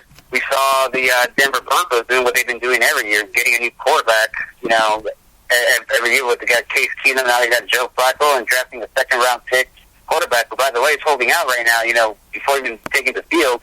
So, we saw a lot of big changes during free agency, but we were relatively quiet this year. Yeah, you guys were pretty relatively quiet, but look at these names. I like Brandon McBain because I remember him at Seattle that guy was a freaking beast. Oh, yeah. So nice pick up there. Denzel Perryman, of course, re-signed. I saw that guy literally just pick off Derek Carr in the end zone. That was just, wonderful. I think it was him or Gilchrist. Somebody did, but great job there. Mike, any thoughts on their free agency? It was kind of a quiet free agency. You lose a few, you win a few. But honestly, with the way this roster was, and the season and where they were looking, it wasn't going to really need to make that many moves as long as they kept their main guys in place and as long as they kept them happy. They've done at a 99% success rate, obviously, minus Melvin Gordon. But teams that don't need to make a lot of moves are usually already in a pretty good spot. So, I mean, that's my main takeaway there is that, they already had the weapons, they had a good offensive line, so, no need to reinvent the wheel, so to speak. Absolutely. So I think this team is rocking and rolling. So let's go ahead and get on the draft, guys. First overall pick, a man who has literally been like, I don't get this. Like, I don't like this at all. Rich Eisen didn't like it either. I heard about it first from Rich Eisen and from everybody in the combine, and I was relatively kind of pissed off about the fact that he's receiving heat or crap about this. But Jerry Tillery's number one concern in life is not football. He openly admitted that and mentioned that, I don't know, he might have another career somewhere else. He's an incredible football player, but he expressed that his number one concern in life isn't professional football. Now, does that mean he's not going to go to work and be a great player? Not at all. But, he's probably got bigger, better things in his horizon one day where he would like to go on and do. And he's apparently an amazing student. I mean, I'm sure he is, a Notre Dame player. And I think this is a great pickup. He is a great defensive tackle, big guy, and I like that a lot. Now, we'll get into that momentarily, but yeah, I thought, like, people were like, oh, well, if football's not his main concern, then what's he doing in the league? Like, that's just really stupid. But yeah, I have no idea how that goes. But anyway, that's from what I understand, from what I heard. If there's different, is what it is. Okay, now, this one is freaking awesome. Nasir Adderley, corner out of Delaware. Okay, FCS school. Okay, this is freaking sweet. He got an interception in the Senior Bowl. He had one of the most iconic, or whatever you want to call it. He had an amazing, absolutely amazing clip where he got a pick and then trucked somebody. He got this crazy pick where he trucked somebody. He got a pick and back at his old school in Delaware. So great job here. Then we have Trey Pipkins, offensive tackle out of Sioux Falls, which I think is a freaking D2, I think. I don't know. I have no idea. Or if it was, yeah, it is a D2. It's a D2, which is awesome. I love little schools all day, man. Hey, 3 and out, college edition, you're going to hear about schools like Sioux Falls and the lower division schools, because that's, in my opinion, why do we have to talk about always just the big schools? So I like this a lot. Also, Drew Tranquil, inside linebacker out of Notre Dame. You guys picked up Easton Stick. Speaking of the lower schools, this is Carson Wentz's successor. I don't think anyone's ever heard of North Dakota State. So when I looked it up and I saw, that's Carson Wentz, alma mater, and now Easton Stick. I've looked at his highlights. He's worthy of a successor. But these lower schools, they're stepping it up. I like it. Division I AA winner again. I mean, they would have went 8 or 9 in a row if it wouldn't have been for James Madison 2 years ago. So they've been winning since 2011, and they've only lost one since then, national championship. So yeah, the Bison of North Dakota State, absolutely awesome. So is Easton Stick, his successor, going to the Chargers, and now we have Amik Egbulie, I believe. Egbulie, I don't want to butcher his name, but defensive end out of Houston, and in the 6th round, and then Cortez Broughton, defensive tackle out of Cincinnati, and that is your draft. Overall, I think I gave it a B. I actually liked it a lot. You guys picked up some big boys, and also got some skill players. I really thought this was a really good draft. So, Micah, go ahead, man. Elaborate. Tell us all about your thoughts on the draft this year. You know what I mean, Larry? Yeah, you there? Oh, okay, yeah, I'm there. I thought you were... anything that comes out of Notre Dame, it's going to be explosive. They're going to have a great year. I mean, I was looking at Jerry Taylor's highlights, and when you add what he brings to the table, when you add him, along with Melvin Ingram, Joey Bosa, Derwin James, it's more a problem. It's more your problem, Larry, than anybody else's. Nasir Adderley, again, you put him with Derwin James, they're going to be explosive. I'm looking forward to the preseason. Easton Stick, I've seen him long range. He's really, really good. Drew Tranquil, I didn't get to his highlights, but just hearing that he's from Notre Dame, we've had issues in the linebacker position, stopping the run. That's what kept us from losing to the Broncos back in November. What else do we got? So we got Amik Egbulie. It's a great draft class to add to the O-line. Definitely. Okay, so we got 2 linebackers. We definitely got to stop that run. That was probably the biggest issue we had against the Patriots. We cannot stop that run. We cannot stop the short passes. So I think drafting safety and linebacker is going to step up our game. I think so as well. I thought that was a pretty good draft. I like it. It was good, yeah. I like it. I thought that was pretty darn decent. So what do you think? What do you think, Mike? I mean, what do you thought of think of their draft? I know we already had our draft edition show, but real quick, man, just kind of remind us. You know, it's a great draft. Go ahead. I'm sorry, that's what we're talking to me. Go ahead. Yeah, it's tough when it's Mike and Mike God. Yeah, sorry about that. Just call me Pat for the rest of the segment. All right, that works. Pat and Micah, we're working. There you go. There you go. All right. But yeah, no, I liked this. I thought there was a definite commitment to the defensive side of the ball, which is good. I mean, like we said, the Chargers have plenty of weapons. They didn't really need to add a ton on the offensive side of the ball. So I think the focus on defense, getting players who are most likely, unless, barring injury, going to start day one is Hillary and Adderley right off the bat.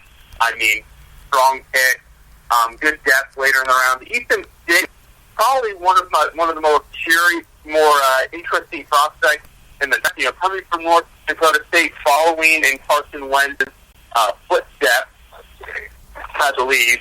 So just really interesting to see how he develops. Obviously, not St. Clair doesn't have quite the size or the arm, but he is a good athlete, and he's got the experience, the intelligence. So we'll see how he develops behind Philip Rivers. But yeah, overall, very solid. Not one that I think we're going to look back in 10 years and go, oh my gosh, they drafted 4 Hall of Famers. But something that'll definitely help the team move forward.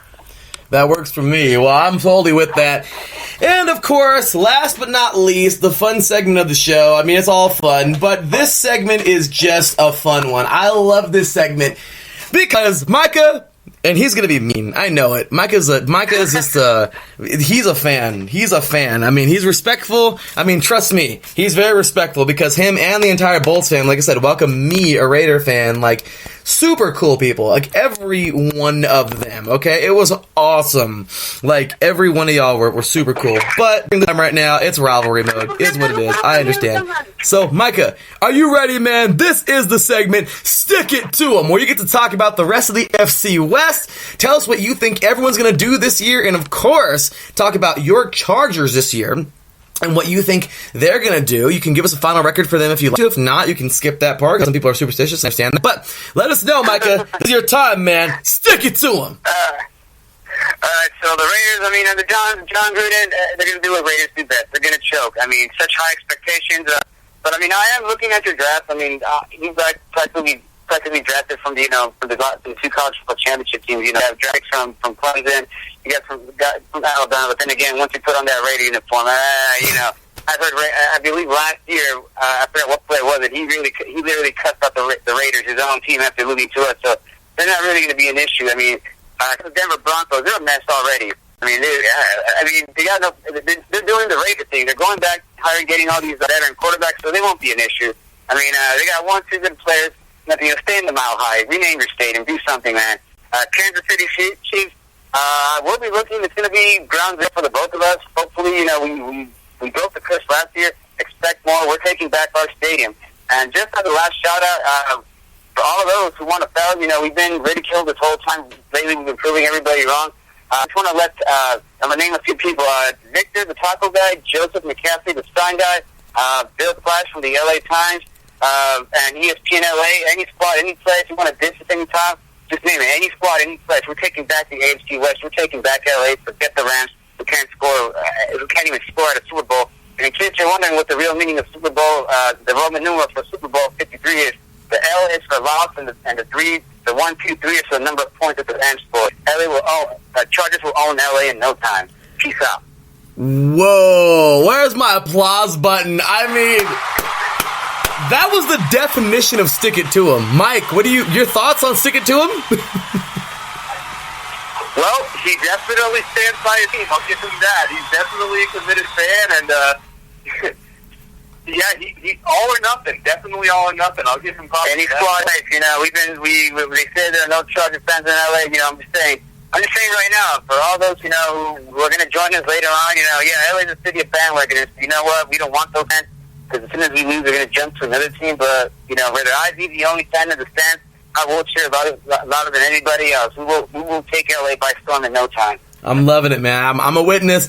I was there. There's tons of Charger fans out there. You guys are, like I said, you guys are awesome. That was a lot of fun. Accepted a lot of the Raider fans. I mean, besides the little Raider fans who think they're gang members and want to fight everybody and all of that nonsense, there's actually, a lot of really cool Raider Charger connections there. I saw a lot of people that were really cool with each other, including myself and Stephanie. It was hilarious. Real quick tidbit for you guys. It was freaking hilarious.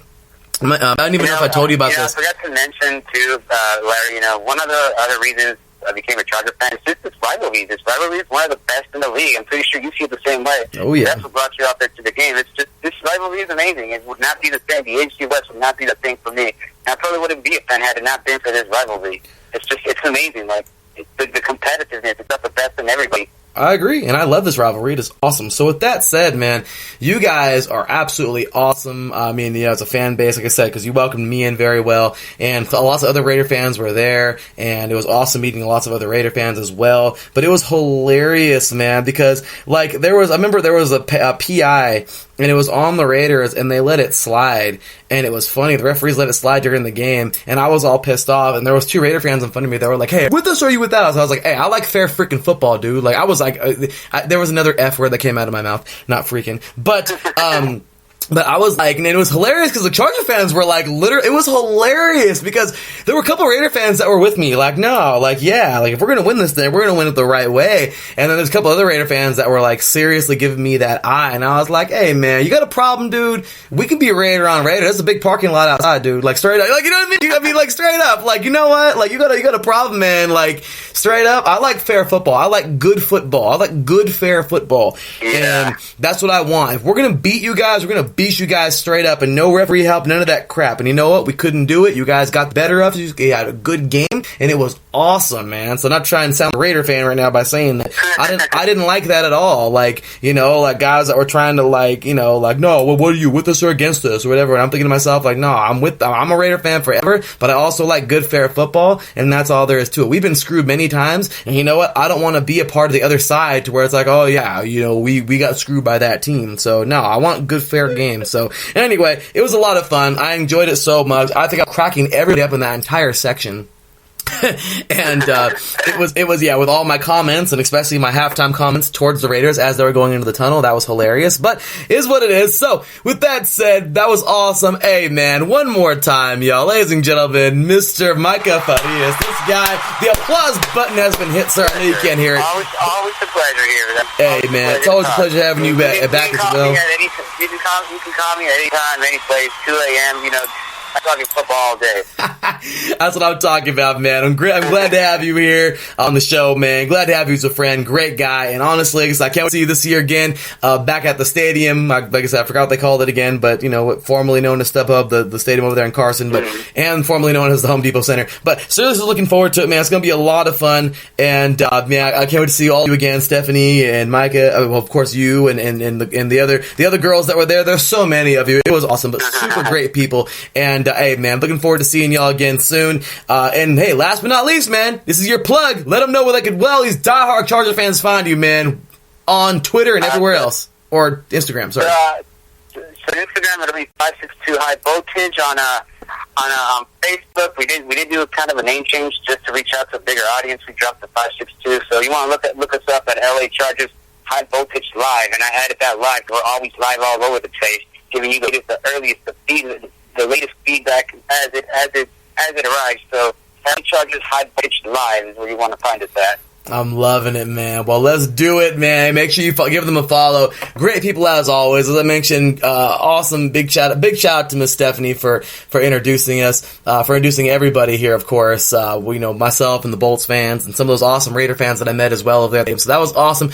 Appreciate you very much, Micah. Hey, man, have you a great day. God bless you and your family, man. And let's do this, man. We'll see you back when we're back over there at the stadium. Let's have a good game. And hey, man, look forward to this time being early. My bad. This time being early so we can tailgate over there in Bolt Alley. Try to be here early. We'll have a good tailgate. We'll share a beer, and best of luck to both teams. Absolutely, man. It's Thunder Alley, right? Tailgate?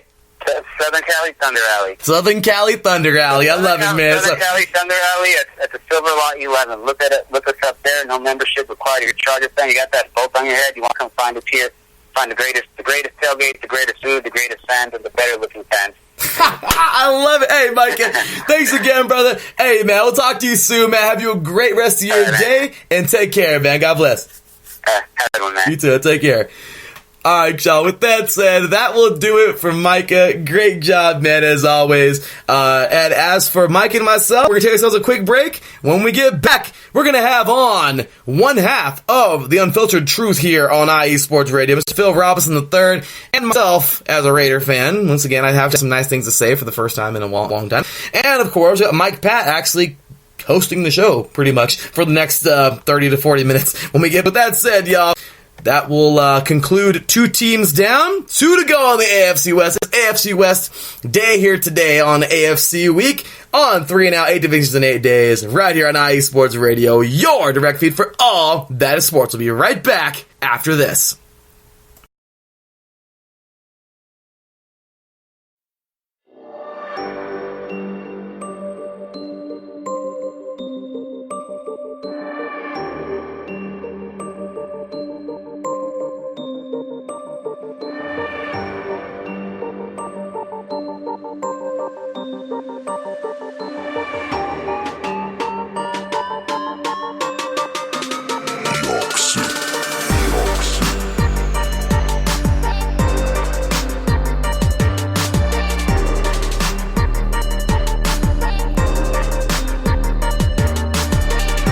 From the home plate to the nets, the end zone to the finish line, here nothing is off limits and no sport is safe.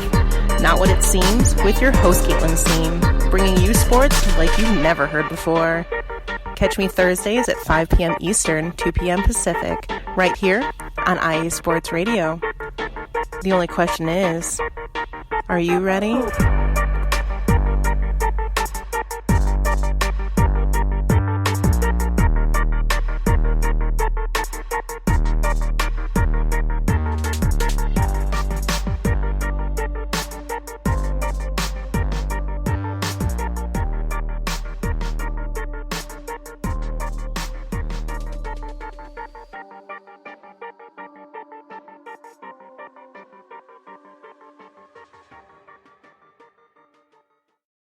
Lopan, they didn't even want you.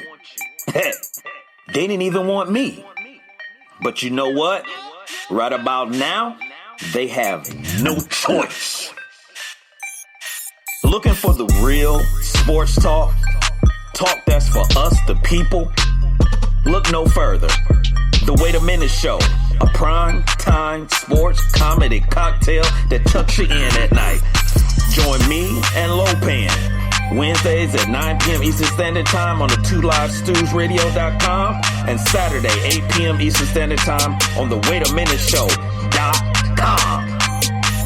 Sounds like a plan to me. Ain't that right, Lopan? Indeed.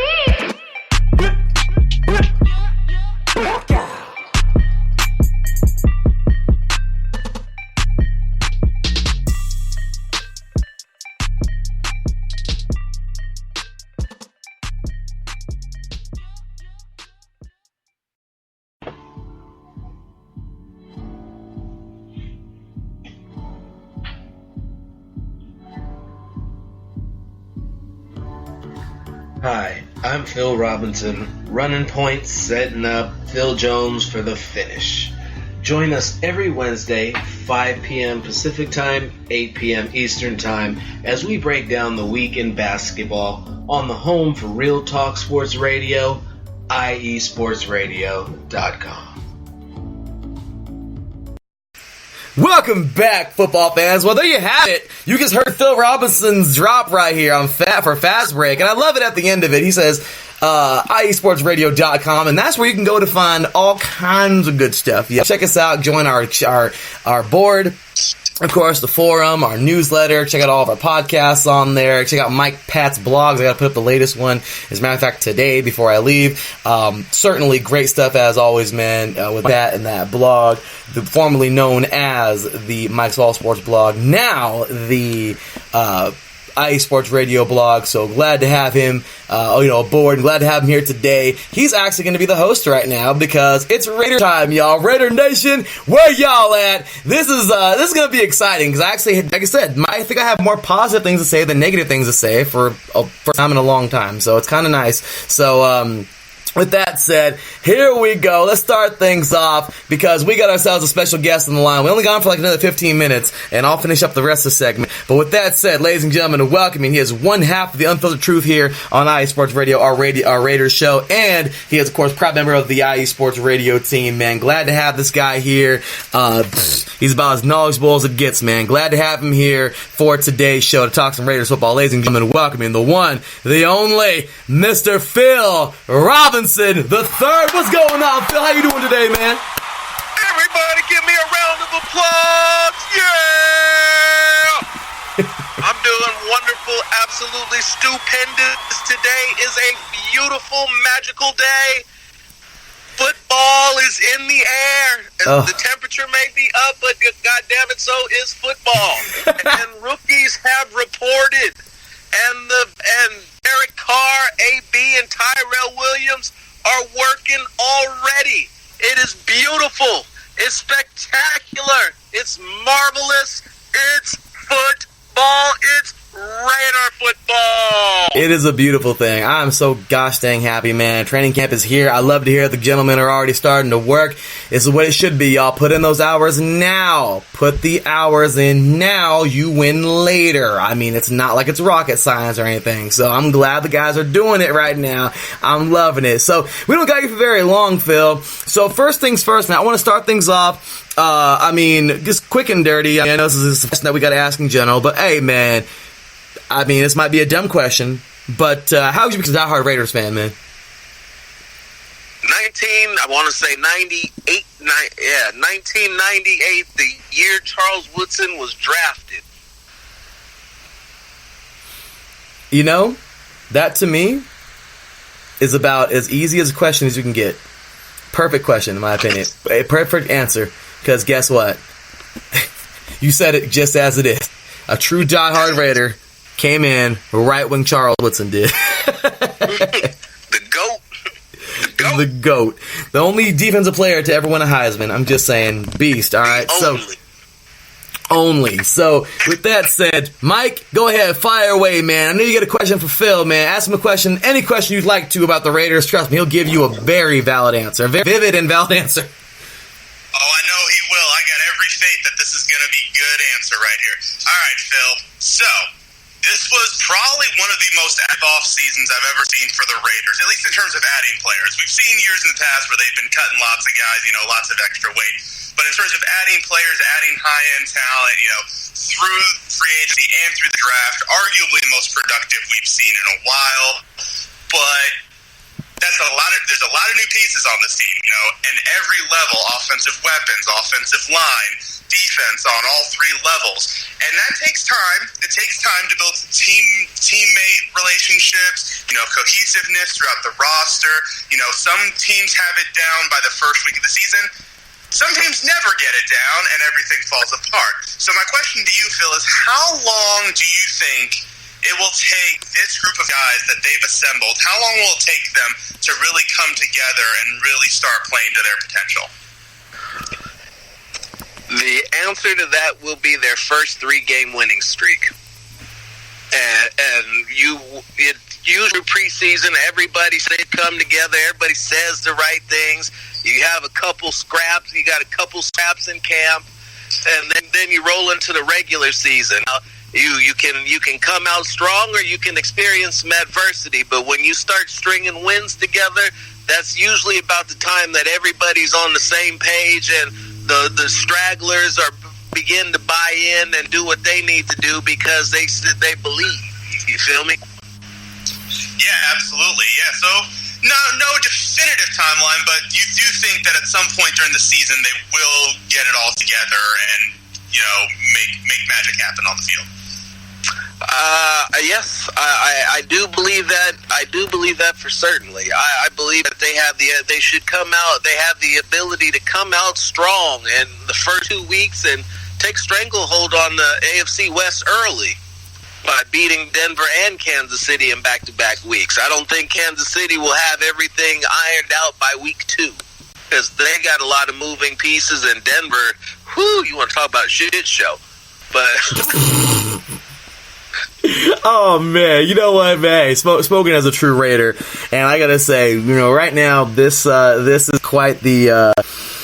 It's going to be quite the season. So, real quick, we don't even got to go over everything. I'll get to that afterwards. But, Phil, like I said, we only got you for 10 more minutes, man. So, briefly, just go over your thoughts about free agency, your thoughts about the draft, and at the end, so just maybe 5 minutes there, and at the end, you're going to stick it to him. And, oh, my gosh, I can't wait to hear it. Mike, can you imagine his stick it to him at the end of this? I can't even. Oh my gosh! All right, so Phil, go ahead, man. It's gonna be something, Larry. It's gonna be something. It's gonna be like Micah's just passed right now. They just went through. So Phil, go ahead, man. Give it to us. Your brief, quick, and dirty thoughts on the offseason. Brief, quick, and dirty thoughts in the offseason. Offensively, knocked it out of the park. Defensively, the draft was nice. The linebacking pickups are sketch. The secondary additions all look good on paper. I want to see what it looks like on the field. The defensive edge position in terms of veterans was lacking. I like Benson Mayoa, but let's be real, Benson Mayoa is not going to get you double-digit sacks. And Josh Morrow, I'll just leave it as I had to research who he was. That works. Alrighty. Real quick, man, your thoughts? Really, how about this draft, man? You got a lot of people criticizing Clelin Ferrell, which I think was a terrible pick at all. I just felt we could have got him a little bit later, but regardless, the guy's a national championship defensive end. You can't give the guy a benefit of the doubt that he has won a national championship, and he is a big part of the reason why that defensive line was so crucial. What do you think, Phil? Larry, I'm glad that you asked this question. This might take up the majority of the 5 minutes. Who in the hell is questioning Mike Mayock? Thank you. You point me out to that guy who's questioning Mike Mayock. Because let me tell you, I've watched the NFL Network. I've watched everybody's draft coverage this year be shit. Nobody knows what they're talking about. Nobody knows as much as Mike Mayock does. And when he dug deep in his bag of tricks, he stumped ESPN's production truck. They didn't know who he drafted. That should tell you all you need to know. This entire offseason, I've watched NFL, the so-called experts, the big wigs, sit and pick apart what Mike Mayock has done and the Raiders have done and talk crap about it and tell everybody they got it wrong and then turn around and watch multiple teams do the exact same thing that the Raiders did, which should tell everybody that the Raiders have somehow managed to go from behind the eight ball so far ahead that people don't even know what they can't even realize the knowledge and wisdom of every move they're making. And to sit and criticize Mike Mayock, I don't know how you can criticize Mike Mayock. It don't get no better. It really doesn't. If he's the guy that's running the draft, there is very, very, very rare, never has there ever been a time where I've sat back and said, listen, if the DM picked this dude, this is the guy. And for Clelin Ferrell, me and Jones were talking about him after they won the championship, that was the pick at number 4. And everybody kept bringing up Brian Burke. I got on the Josh Allen hype train, too. I liked what I saw there. I liked the accolades. But Clelin Ferrell is everything that you would want in a football player. And without the flash, but with all the grit. And defensive line isn't a flashy position, even though it's been glorified. It's a nasty position. It's a gritty position.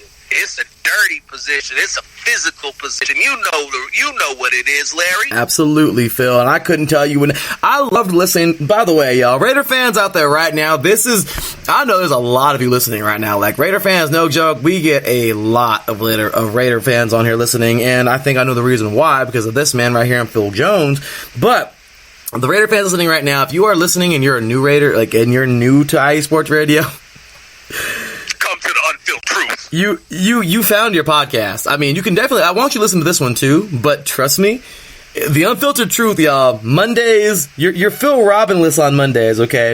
At 3:30 p.m. Pacific time, 6:30 p.m. Eastern time. It's just Phil Jones by himself. But they are on sometimes Tuesday nights. They try and get it there. But Fridays is going to be, I think, kind of their day. But if you don't even catch the actual live version, you can check it out. I told you all the places we're available now, all over the place. Podcasts I found. Don't got time to go into all that right now. But check out The Unfiltered Truth. Just go on iesportsradio.com, and that's where you need to go right there, y'all. The Unfiltered Truth. These guys, these gentlemen break it down for you. They give it to you, and I love it because I listened to lots of what you guys say, and I love what you guys had to say about, especially your analysis, Phil. No joke, man. Your analysis on Quentin Williams was great, because I love what you said.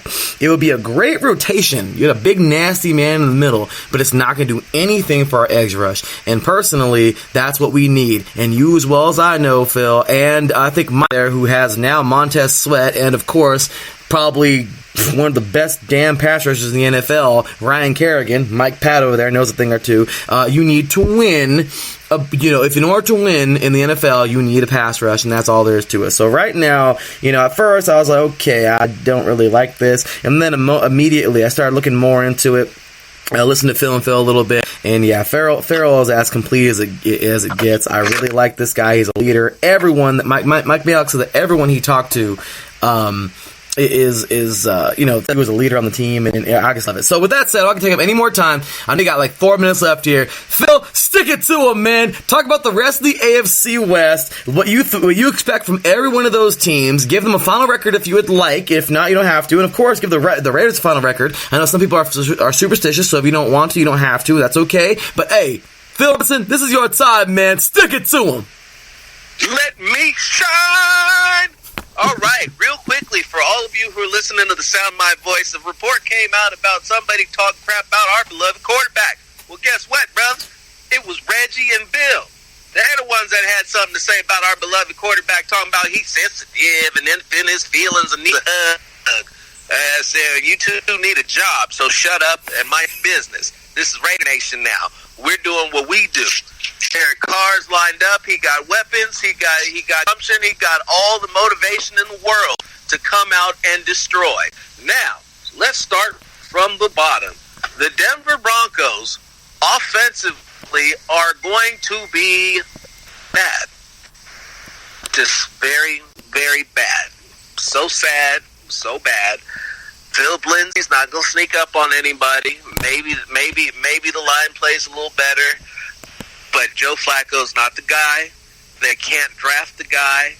I don't see it work. Not to mention, who in the hell is their offensive coordinator? I just don't see it happening. Now, and Vic Fangio, luckily he'll bring that defense, and that defense is going to be right. That defense is going to be right, but it won't be the level of defense that he's had in Chicago or San Francisco, at least for another year or two. So they're going to be a nice non-factor in 2019. Maybe, just maybe, they'll play spoiler down late in the season. Moving along, the Chargers missed their window. With Melvin Gordon said they're calling Melvin Gordon's bluff, and after having watched what Le'Veon Bell did, sitting out the whole season.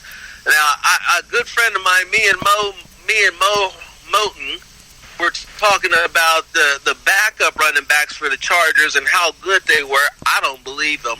I don't believe in them. I don't believe that offense is going to be what it was without him. I believe that Phillip Rivers' arm strength is going quickly, and they're not going to be as good as they were last year with similar talent, because they've been up against it in terms of cap space. Not to mention a nice playoff run. I think they might have actually won that playoff game, but they missed their window. They finished 12-4 last year, and didn't upset the Chiefs in terms of division champions when they had the opportunity. And I just don't think that they're going to get it done this year. They'll be good. They'll be in a battle for second place in the division, but they're not winning it. They're not going to the playoffs, and they're not going to win a Super Bowl again. And finally, in finale, that brings us to the Kansas City Chiefs. This is a wild card because they've upgraded their wide receiver talent, but we are in Patrick Mahomes' second year. There's such a thing called the sophomore slump, and there's a multiplier called the Madden curse. So we got the Madden curse and the sophomore slump in the same season, and a full year's worth of tape on one young Patrick Mahomes. I think that he'll have a good year in terms of overall statistics and standings, but it won't be the year he had last year. And the defense was god-awful last year. Probably the 32nd ranked defense in the league. Turnovers have been Kansas City's bread and butter since at least as far as I can remember. But they gave up a shit ton of yards on the ground and through the air. And I believe that they are the most susceptible and ready to be exploited that they've been in years, at least defensively. And if you can, and without a strong running attack, if you can somehow limit their passing attack or even slow it down and keep them to about 24 points a game, you can win. They can be beaten. If there was ever a stick it to him, that was stick it to him. I mean, where's that applause button? Look at this. Man, legendary stick it to him performance right there. I love it. Finished right at the buzzer beater right there. Real deal. Hey, man, Phil Robinson the third. I'm loving it. Great job, man. As always, great job. Looking forward to having you back on the show many times. I know I don't want to run past your work, your lunch hour, man. I know you're over there at work, hustling, making your money, taking care of your family, doing your thing, man. So don't want to hold you any further. But hey, man, you know the drill. Where can all these diehard Raider fans find you, man? You can find me at Phil Robinson the third on Twitter, Facebook, LinkedIn, and at 3 Philip Robinson on Instagram. You can find the show at Unfiltered Truth, TRUF, because it didn't fit. And above all else, just know if you have a problem finding me, just Google me. Google my name. You'll see my work. You'll see my writings. You'll see our podcast. What you'll see, what you'll hear will be nothing but the unfiltered truth. I'm loving it, y'all. Go check it out. Trust me, you will not be disappointed, y'all. So, Phil, man, where's that applause button? Thanks again, man. Dropping some Raider knowledge. I'm loving it as always, man. Thank you so much for being a part of the show, brother, and for throwing some time at us today, man. I know you're, like I say, a busy man, but you're doing your thing, man. Thanks again for everything. Hey, God bless you and your family. I look forward to hearing another episode of The Unfiltered Truth, man. I look forward to having you back on the show very soon, man. Thanks for having me. Take care, Mike. You too, Phil. Have a good one. We'll talk soon, I'm sure. Thanks again, Phil. Alrighty, y'all. Well, we have literally just gone from one to the other. We were a little bit behind time, but guess what? There's no commercial break to separate the third and the fourth team today because I guess she just wants to be super close to the Raiders today. I'm just kidding. But it's I never want to be close to the Raiders. That's not nice. Why you gotta say something like that? Why you gotta be mean for? Why you gotta be mean for? I mean, really. Ladies and gentlemen, as you can see, this woman needs no introduction. She is a long-time listener and participant of 3 and Out. This is like her third season being here. So I'm just saying, she is every bit as advertised as a hardcore, crazy Broncos fan with lots of choice phrases and words, and I love it. She is awesome. What can I say? Roll Tide, roll. She is an alum of Alabama, and she is absolutely just an awesome person all the way around. Ladies and gentlemen, welcoming the chief editor of the Mile High Report, SB Nation. Yes, you know who it is, y'all. Ladies and gentlemen, welcoming Miss Lori Volkman. What's going on, Lori? How you doing? Hey, I'm doing great. I don't know you. I'm going to have to put a time limit on your intros for me. I feel unworthy of such a long intro. Oh, I'm sorry. I can't help it. Every time. I remember last time, guys, it was hilarious, okay? Because Lori is like myself. She just teaches a higher grade. That's about it. But it's awesome. It's hilarious what she said, okay? It was freaking funny. I gave this big old long introduction, and then she was like, I wish I could have that introduction for my students, like when I walk in the classroom. Right. I'm going to record it and keep it. I'm just going to play it, especially the first day of the semester. It's going to be my plan.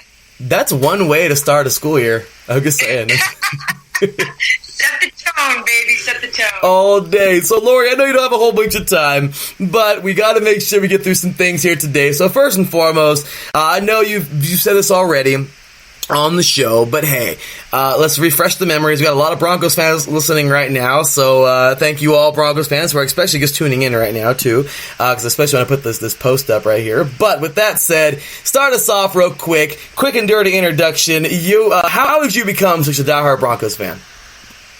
I've been a Broncos fan since I was a kid, since I was a baby. I grew up in Colorado.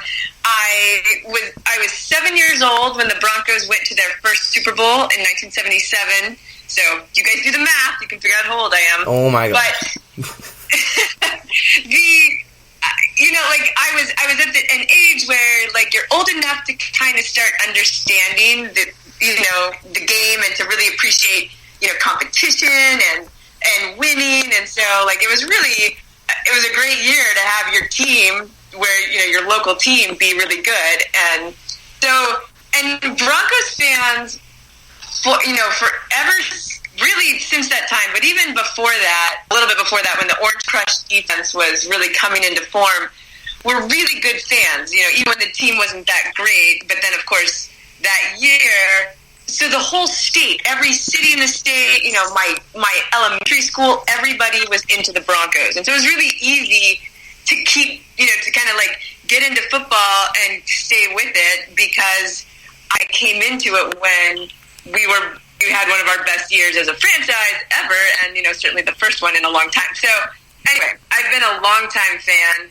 I haven't lived in Colorado for a long time, unfortunately, but I have maintained my obsession with the team and have been writing about the team for the last 5 years. I love how you said your obsession, because it is so much an obsession. Because it is all good. So let's start us off. Mr. Mike Pat is on the line, of course, the chief editor. Hey, we got two chief editors tonight. The chief editor of the IE Sports Radio blog. That's right, Lori. We'd love you to come on over and jump in our forum at least a little bit, because we know you're absolutely awesome. I would love to have you there as well. And so this guy right here is quite the writer himself. I mean, my gosh, this guy writes on freaking everything that has to do with sports. I love having him aboard the team. But Mike Pat, Lori Volkman, Mike Pat, I think you two have met in the past here on the show, but if not, well, there you go, reacquainted. And Mike, your question for Lori and her Orange Crush. Well, hello again, Lori. I don't know if we've been on the show, but if we have, good to see you again. If not, good to meet you. There you go. All right, we covered both. All right, so for the Broncos, fun fact about me, Lori, I'm from Maryland. I grew up relatively close to Baltimore, so while my favorite team is the Washington Redskins, I do have a soft spot in my heart, Ravens. And the Broncos just acquired a longtime veteran of the Baltimore Ravens, one Joe Flacco. Now, good old Joe, while he had his awesome playoff run a while back, he hasn't done as well in recent years.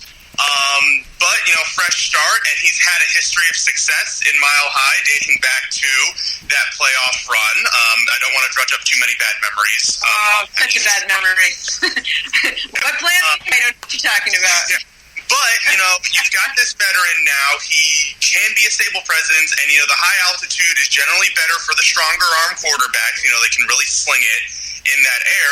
So do you think that we could see the Joe Flacco of old kind of do a little bit like a reemergence, or is there a good chance that we're going to see Flacco the last few years and he's basically just like a holdover for the recently drafted Drew Lock?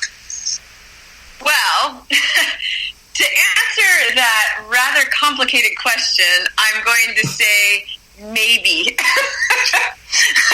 So here's the thing. I think we definitely believe. I know John Elway does, and I think most fans, even the ones who are super skeptical and still hate Joe Flacco for that playoff game back in 2012. But who remembers anything about that? I don't know. So the thing that will be key is that Joe Flacco will have time to throw the ball, and that Joe Flacco will have tight ends to throw the ball to. And right now with the Broncos, both of those things are looking promising, but they're still kind of question marks. So I know that, in fact, those two things in conjunction with Joe Flacco are really probably the thing most fans, and I think even coaches to some extent, are really paying attention to in these first couple weeks of training camp.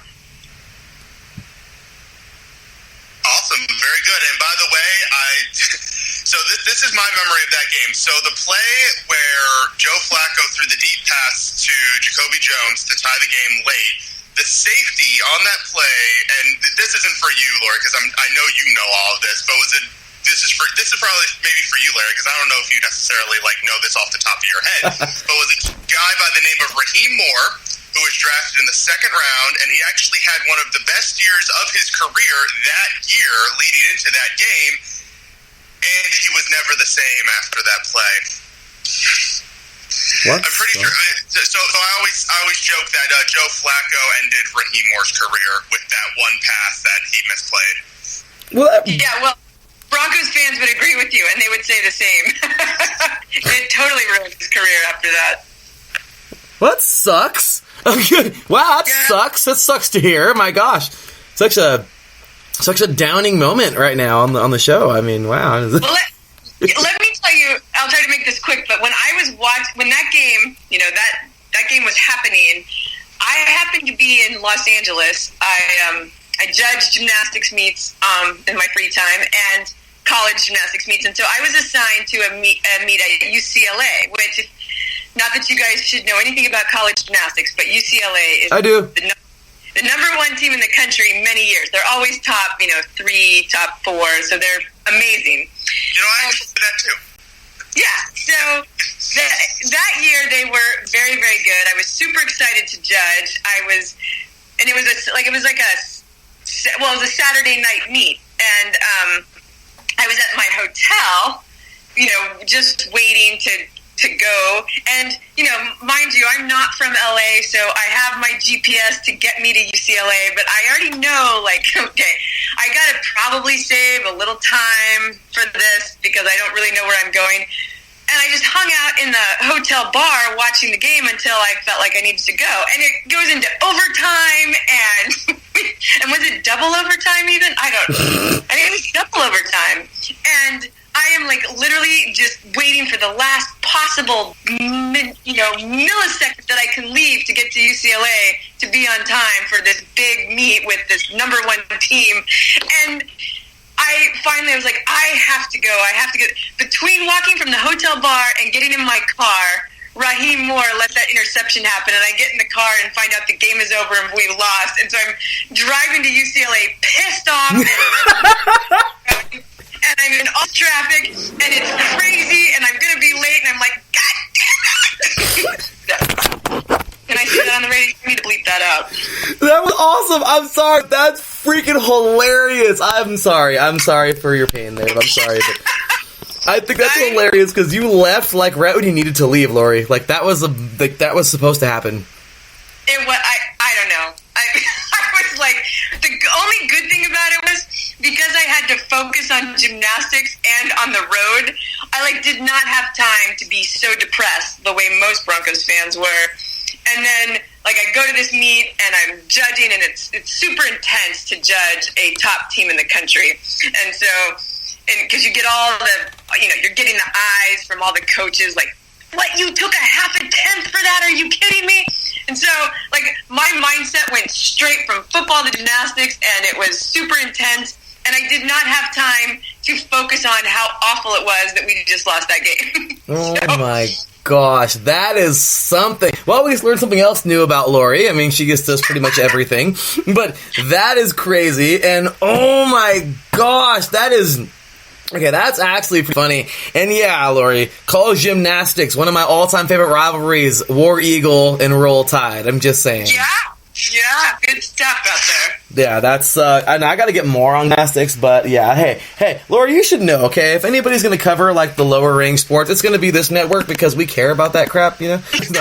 but anyway, Lori, I know you only got a few minutes here, but real quick, let's go over free agency real fast and then the draft. So real fast, courtesy of ESPN.com, Juwan James, tackle, you guys will sign him.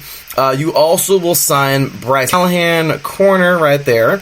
To a 3-year deal. Kareem Jackson, their corner there. Apparently you guys really need some help in secondary. And that's really all I see here. If there's anybody I'm missing, please elaborate. But give us a quick and dirty thoughts on your free agency. Well, yeah, we felt like free agency was another strong year. We got Kareem Jackson, who looks like he's going to play safety, and he's apparently having a good camp so far. I mean, we've had 5 days, which is more than many teams, but it's still just 5 days, so you can't see everybody. Bryce Callahan from the Bears, cornerback, looks to also be really good. A couple of tweets about his camp the other day were that, basically just he's really good. So, some of these guys are going up against rookie wide receivers. So, because we don't have Emmanuel Sanders in there yet, we have 2 young guys, second-year players, and then a couple rookies. So they might not be going against the toughest competition, but they still seem to be having, really be showing that they know their playbook, they know what they're doing. They've got good athleticism and speed and good hands.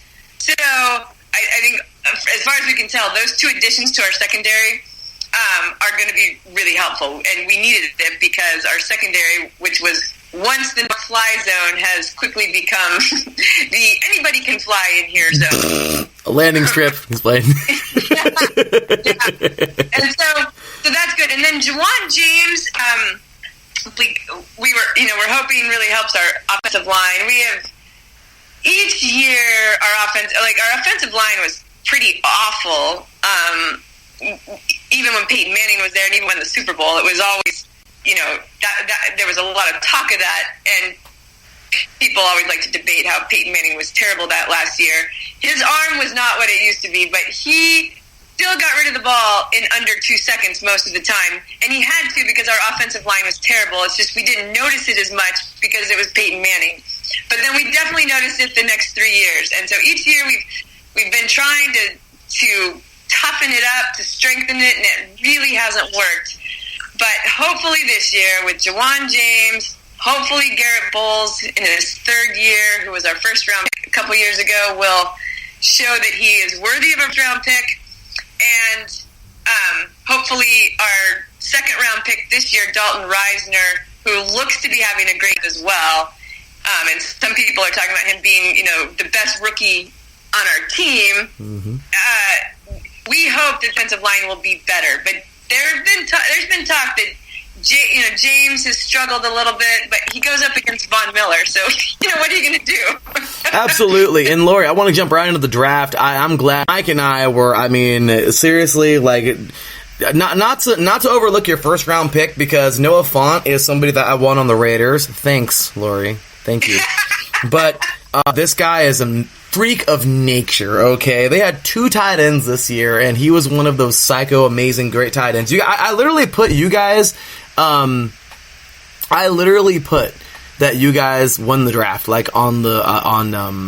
Like, I think it was like the first day, but or maybe like even afterwards. But yeah, Noah Fant, tight end, you guys pick up. 2nd round, Dalton Reisner, which is a guy that him and the other the guy who's playing next to in the Senior Bowl, Lindstrom, amazing. Those 2 guys, I would take those guys any day. I'll just give me those 2 guys for my draft, and I don't even care. Like, that's all there is to it. Those guys were amazing. I'm serious. Those guys were eating that side of the defensive line up like a sandwich. I mean, it was awesome. Like, so they played really, really well.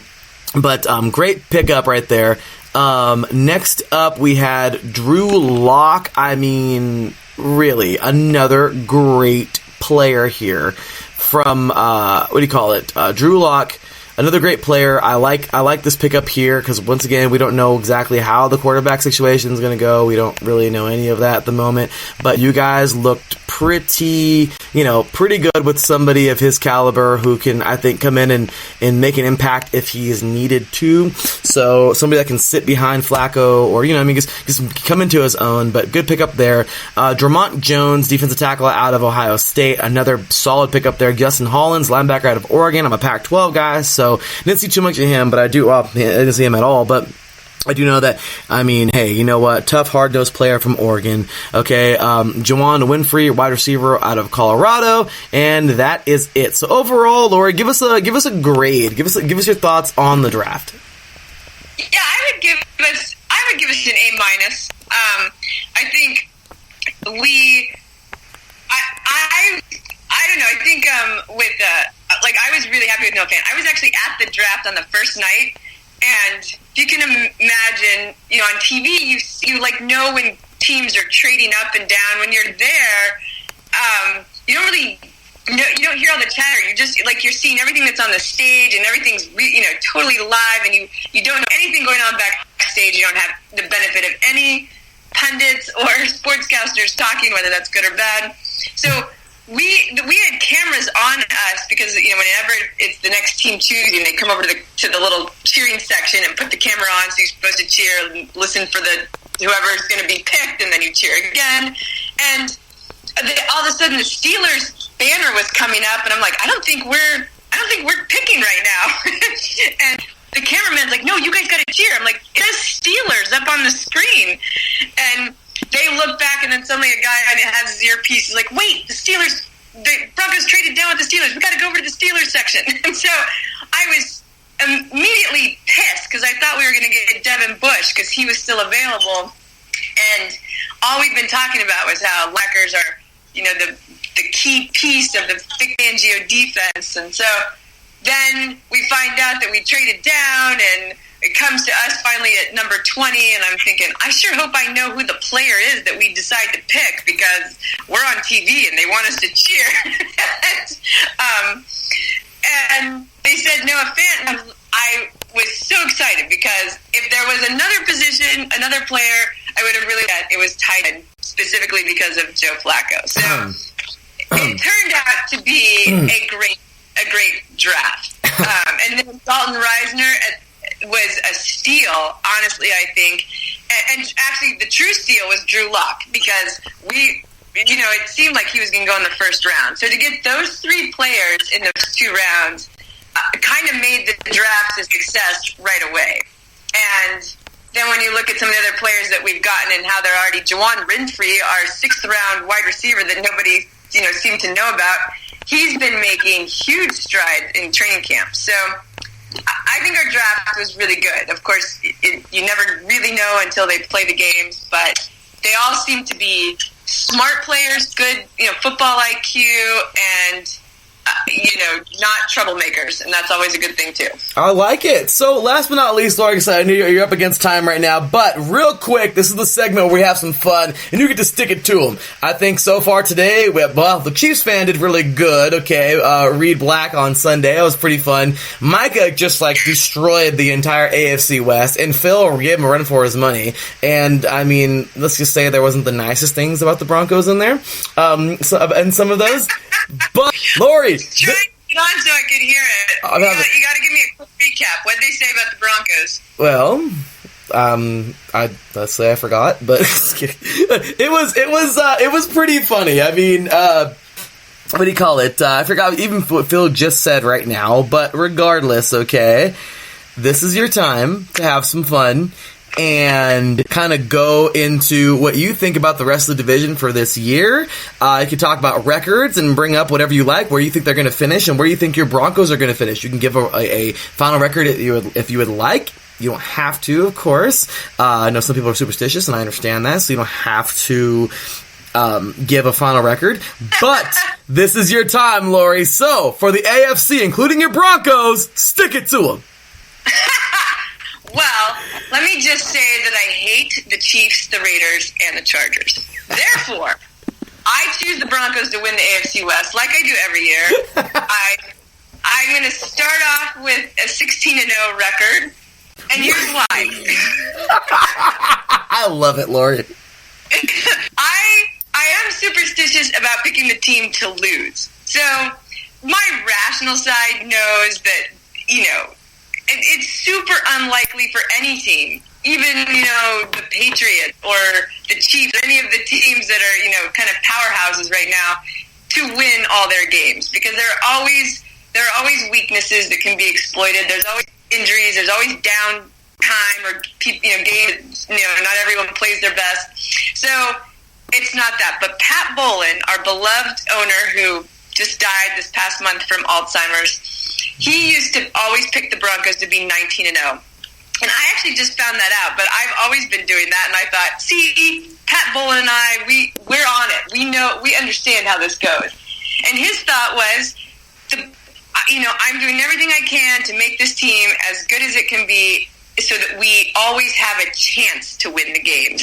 So even if the likelihood is not always that high, and especially up against certain teams, I'm always going to pick them to win because I believe in this team. And so that is truly how I am as a fan. I believe in them. The Broncos have shown over the last 3 seasons that they've had several weaknesses, but they still are always a competitive team. Like even last year with just a disaster of a coaching staff, we still almost beat the Chiefs. We had talent. We didn't have a quarterback, and we still had a defense that made it tough on the best offense in the NFL. And so my view of this year is that the Broncos have gotten better, and we have gotten a much better coach who is going to make sure they are prepared and ready to play the best that they can play, given the talent they have and whoever is on the field that day. And I think that when you look at the offseason, the Chargers, I truthfully think the Chargers might be the toughest team in our division. I think they just always have so many injuries that kind of just hamstring their whole season every year. But Phillip Rivers is the kind of competitor that if he weren't on the Chargers, I would want him to be a Bronco, because that guy comes to play. And so they're always a tough game, even though we've gotten the better of them for the most part over the last so many years. But I think they're actually going to be the toughest one in our division. I think they got better in the offseason. I think the Broncos got better. I think the Chiefs, I don't think they're not bad by any stretch because they have Mahomes. But I think they probably didn't get better in the offseason the way the other teams did. So I think it's going to be a really tough race at the top. I'm going to put my Broncos at the top, knowing full well I'm going to get the laughter of everybody out in the AFC West. But I think the Broncos can beat the Chiefs, and I think they can beat the Chargers. I think we'll split with each of them. We'll win our home game. We possibly will lose the away game, but I'm not actually saying that. That's just I'm putting that out there because I'm still going with my 16-0 prediction for the season. And screw the Chiefs and the Chargers and the Raiders. Well, as said by a true freaking Broncos fan, I mean, my gosh, Lori, every time you come on here, it's like some kind of tornado just hits the radio airwaves or the podcast airwaves. I mean, I love it every time. I mean, it is awesome. I absolutely love talking football with you. It is amazing. You like give it like raw, and it's awesome because like you're like really like informative. Like you really dig deep into like everything. I mean, you're a writer, so it makes full sense. But it's awesome. So I mean, it's awesome. So. With that said, Laura, like I said, I know you gotta get on out of here for the day, but hey, thank you so much for being on the show today, y'all. Once again, where's the applause button? Ladies and gentlemen, once again, Miss Lori Volkman, amazing stuff as always. So glad to have you here. I cannot wait to have you back this year, back on the show for a primetime face-off, or just talk some Broncos football. I mean, you really do your thing, and yeah, I guess make sure to go check her out, y'all. Once again, chief editor of the Mile High Report at SB Nation. Just amazing. Great stuff as always. Go give her a follow. And, well, that's the final plug. So, Lori, go ahead. Let these diehard Broncos fans know where they can find you. Well, you can find me at DocLLV on Twitter, DOCLLV, and you can also find my work at milehighreport.com.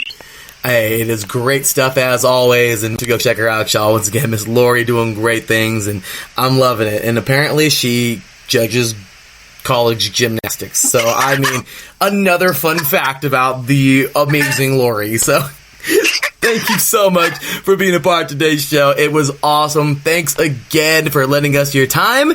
And, well, I will tag you in the link at the end. And, hey, have a wonderful week. God bless you and your family. Have a wonderful rest of your week. And I look forward to having you back on the show very soon. Thanks, Larry. Thanks, Mike. Hope to see you guys soon. Take care, Lori. All right. Have a good one, Lori. Thanks. Alrighty, y'all, that is gonna do it for that segment, and we are done with two, well, not completely done, but we're almost done with two divisions in the NFL. We got through all of the teams, and, well, when we get back, we're gonna go ahead and, Mike's gonna stick it to him. I'm just kidding. No, Mike's gonna have some fun giving his thoughts and comments about the AFC West. We're really going to get in this one right here because, yeah, like I said, I got to give my thoughts as well, a little bit more rate, but you'll hear my kind of comments mixed with what I've got to say about this. So, should be a pretty good little conversation here at the end, and it's going to be pretty awesome. You'll see, y'all. So with that said, that will do it for all of the fan segments. And once again, when we get back, we'll be talking AFC West and getting on into our thoughts and predictions for this season. Once again, you're listening to 3 out, 8 divisions in 8 days, right here on IE Sports Radio. AFC Week, day number 2, AFC West coming at you, y'all. With plenty more on that right after this break.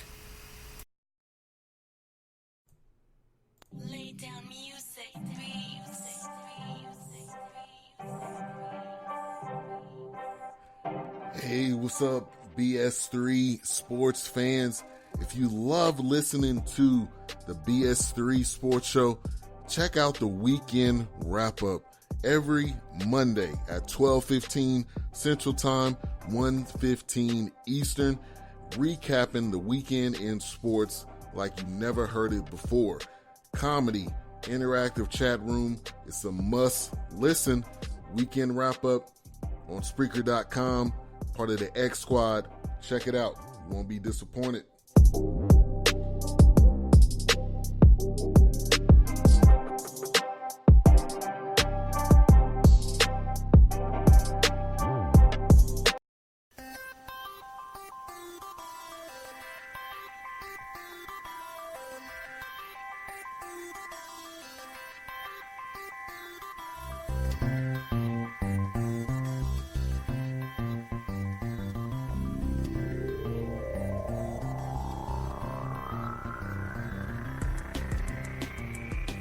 Hello, soccer fans. Pierre Moss here with you. I am the host of the Soccer Scoreboard Show right here on IE Sports Radio each and every week. Games and the best action from around the world of soccer. Not only do we have live scores for you, but we also news and all the latest stories from the soccer world right here on the Soccer Scoreboard Show. Come join us each and every week right here on IE Sports Radio.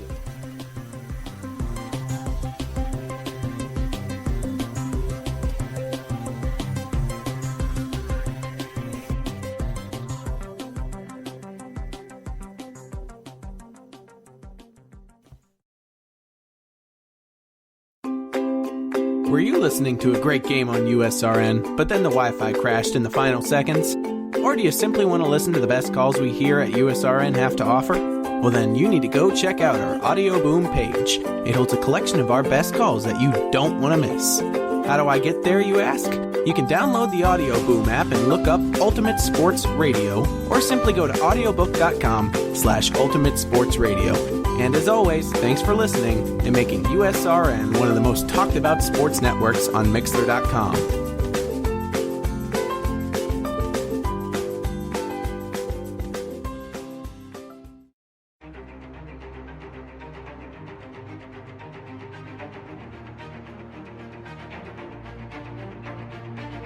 Hey USRN fans, do you have a product or company you're trying to promote?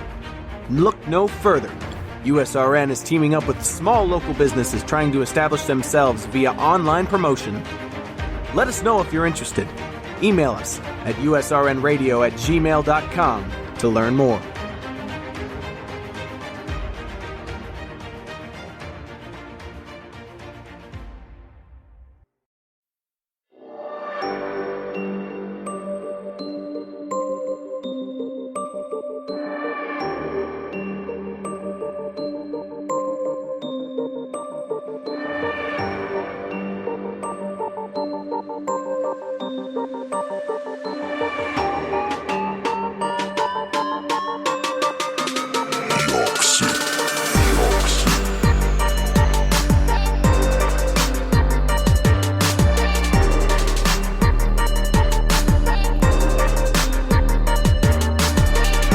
From the home plate to the nets, the end zone to the finish line, here nothing is off limits and no sport is safe.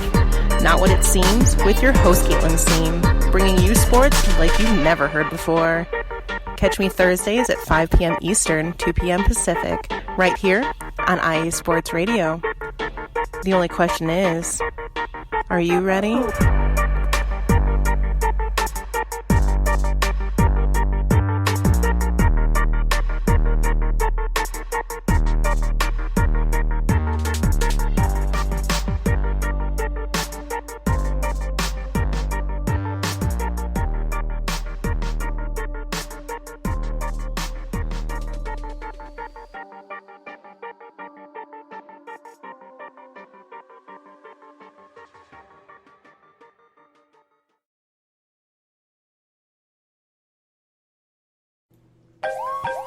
Hey, what's going on, everybody? Vince Wright, the sports governor from the great state of Minnesota, and I want to thank you for listening to Sports Done Right. Make sure you're checking us out on all of our platforms, whether it's Spreaker.com, XSquadAffiliates.com. We're also heard on the Stewart Media and Entertainment Network, so keep it tuned here. More great things coming from Sports Done Right.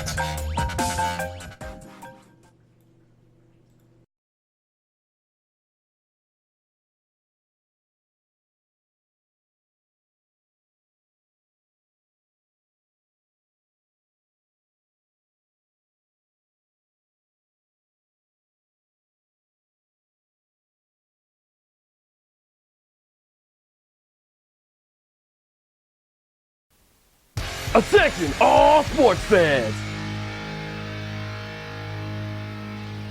If you're someone who wakes up each morning with a list of sporting events to go along with your to-do list for the day, then you just might be a diehard. The world of sports is as vast as the ocean is deep, including the major leagues, the minor leagues, the college, and everything in between. This is me, your boy Larry B of IE Sports Radio, welcoming you to join me every Monday evening at 4 p.m. Pacific, 7 p.m. Eastern on The Defining Moment, a show that focuses on what really matters in the sports world, sports themselves, and nothing outside of them. Once again, tune in for The Defining Moment with me, your boy Larry B, every Monday evening at 4 p.m. Pacific, 7 p.m. Eastern on IE Sports Radio, right here on Spreaker.com. We'll see you there.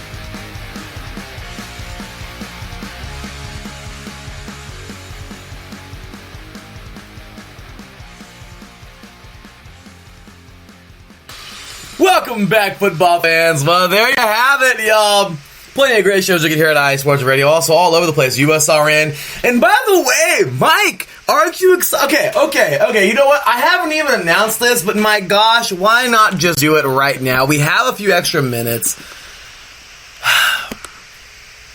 Our brand tennis show, of course, if you didn't catch yesterday, trust me, you want to listen to it. I don't care if you don't like tennis, you will like tennis. They will get you into tennis. Okay, Calvin Vandergrift and Matt Owens of USRN, they are not only doing the tennis show here now on IE Sports Radio, First Serve, but we now have, and I clarified with Calvin last night.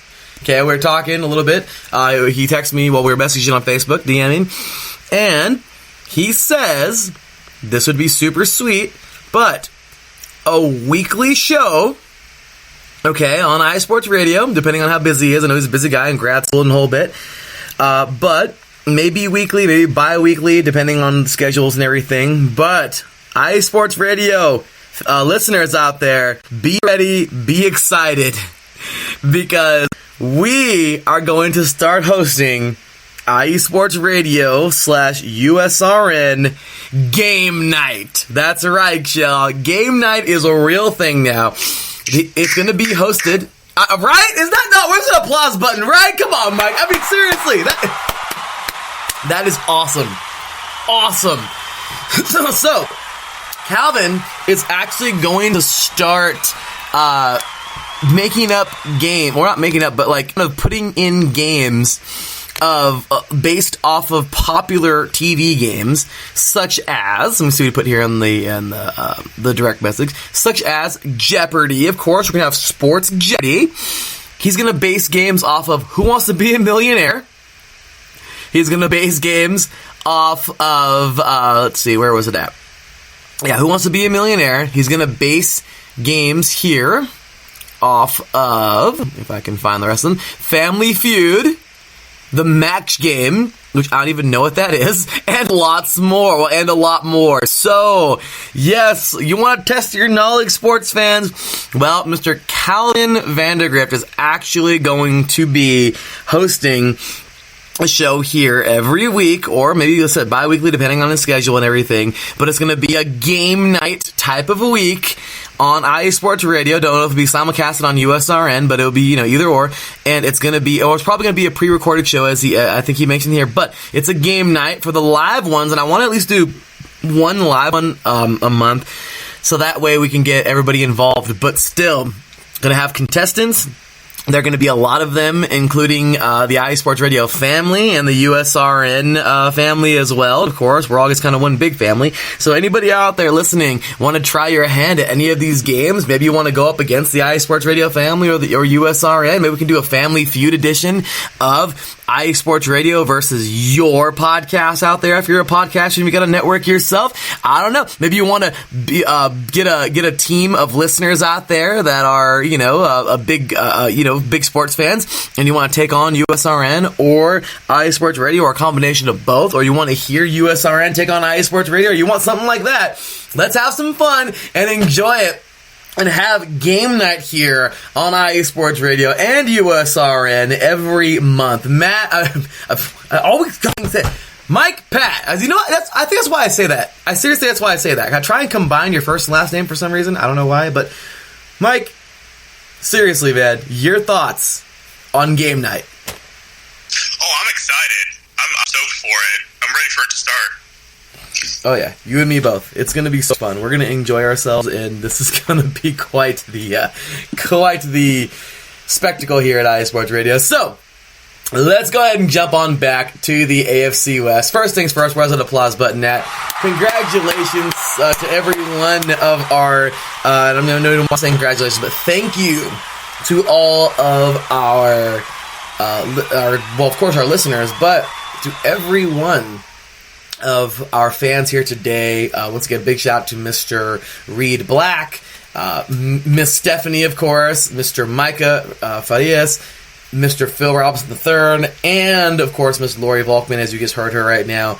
So, we now officially have 18 down, 24 to go, and we'll continue up with tomorrow with AFC East Day. Mike, will you be able to join me for tomorrow?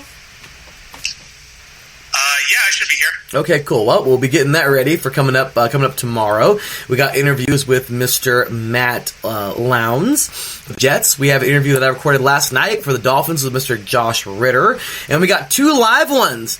We got, coming up after Josh Ritter, we do have Miss D.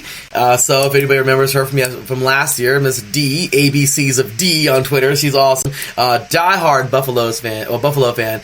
And then we have, of course, the Hall of Famer himself, Mr. Pete Garofalo, joining us to talk some Patriots football. And it's awesome because he'll tell you how it is. Like, our Pete actually picked the Eagles in the Super Bowl, and they freaking won against his own team. Like, yeah, he tells it how it is. So I think that was that year. I forgot which year it was. Maybe it was the Falcons year. I don't know. But anyway, with that said, let's go ahead and get on to the AFC West and wrap it up, get a conclusion on it. So first things first, Mike, this is your time, man. Give every bit of raw emotion, every bit of feeling you want to get out about the AFC West, and go ahead and tell you think they're going to stack up this year.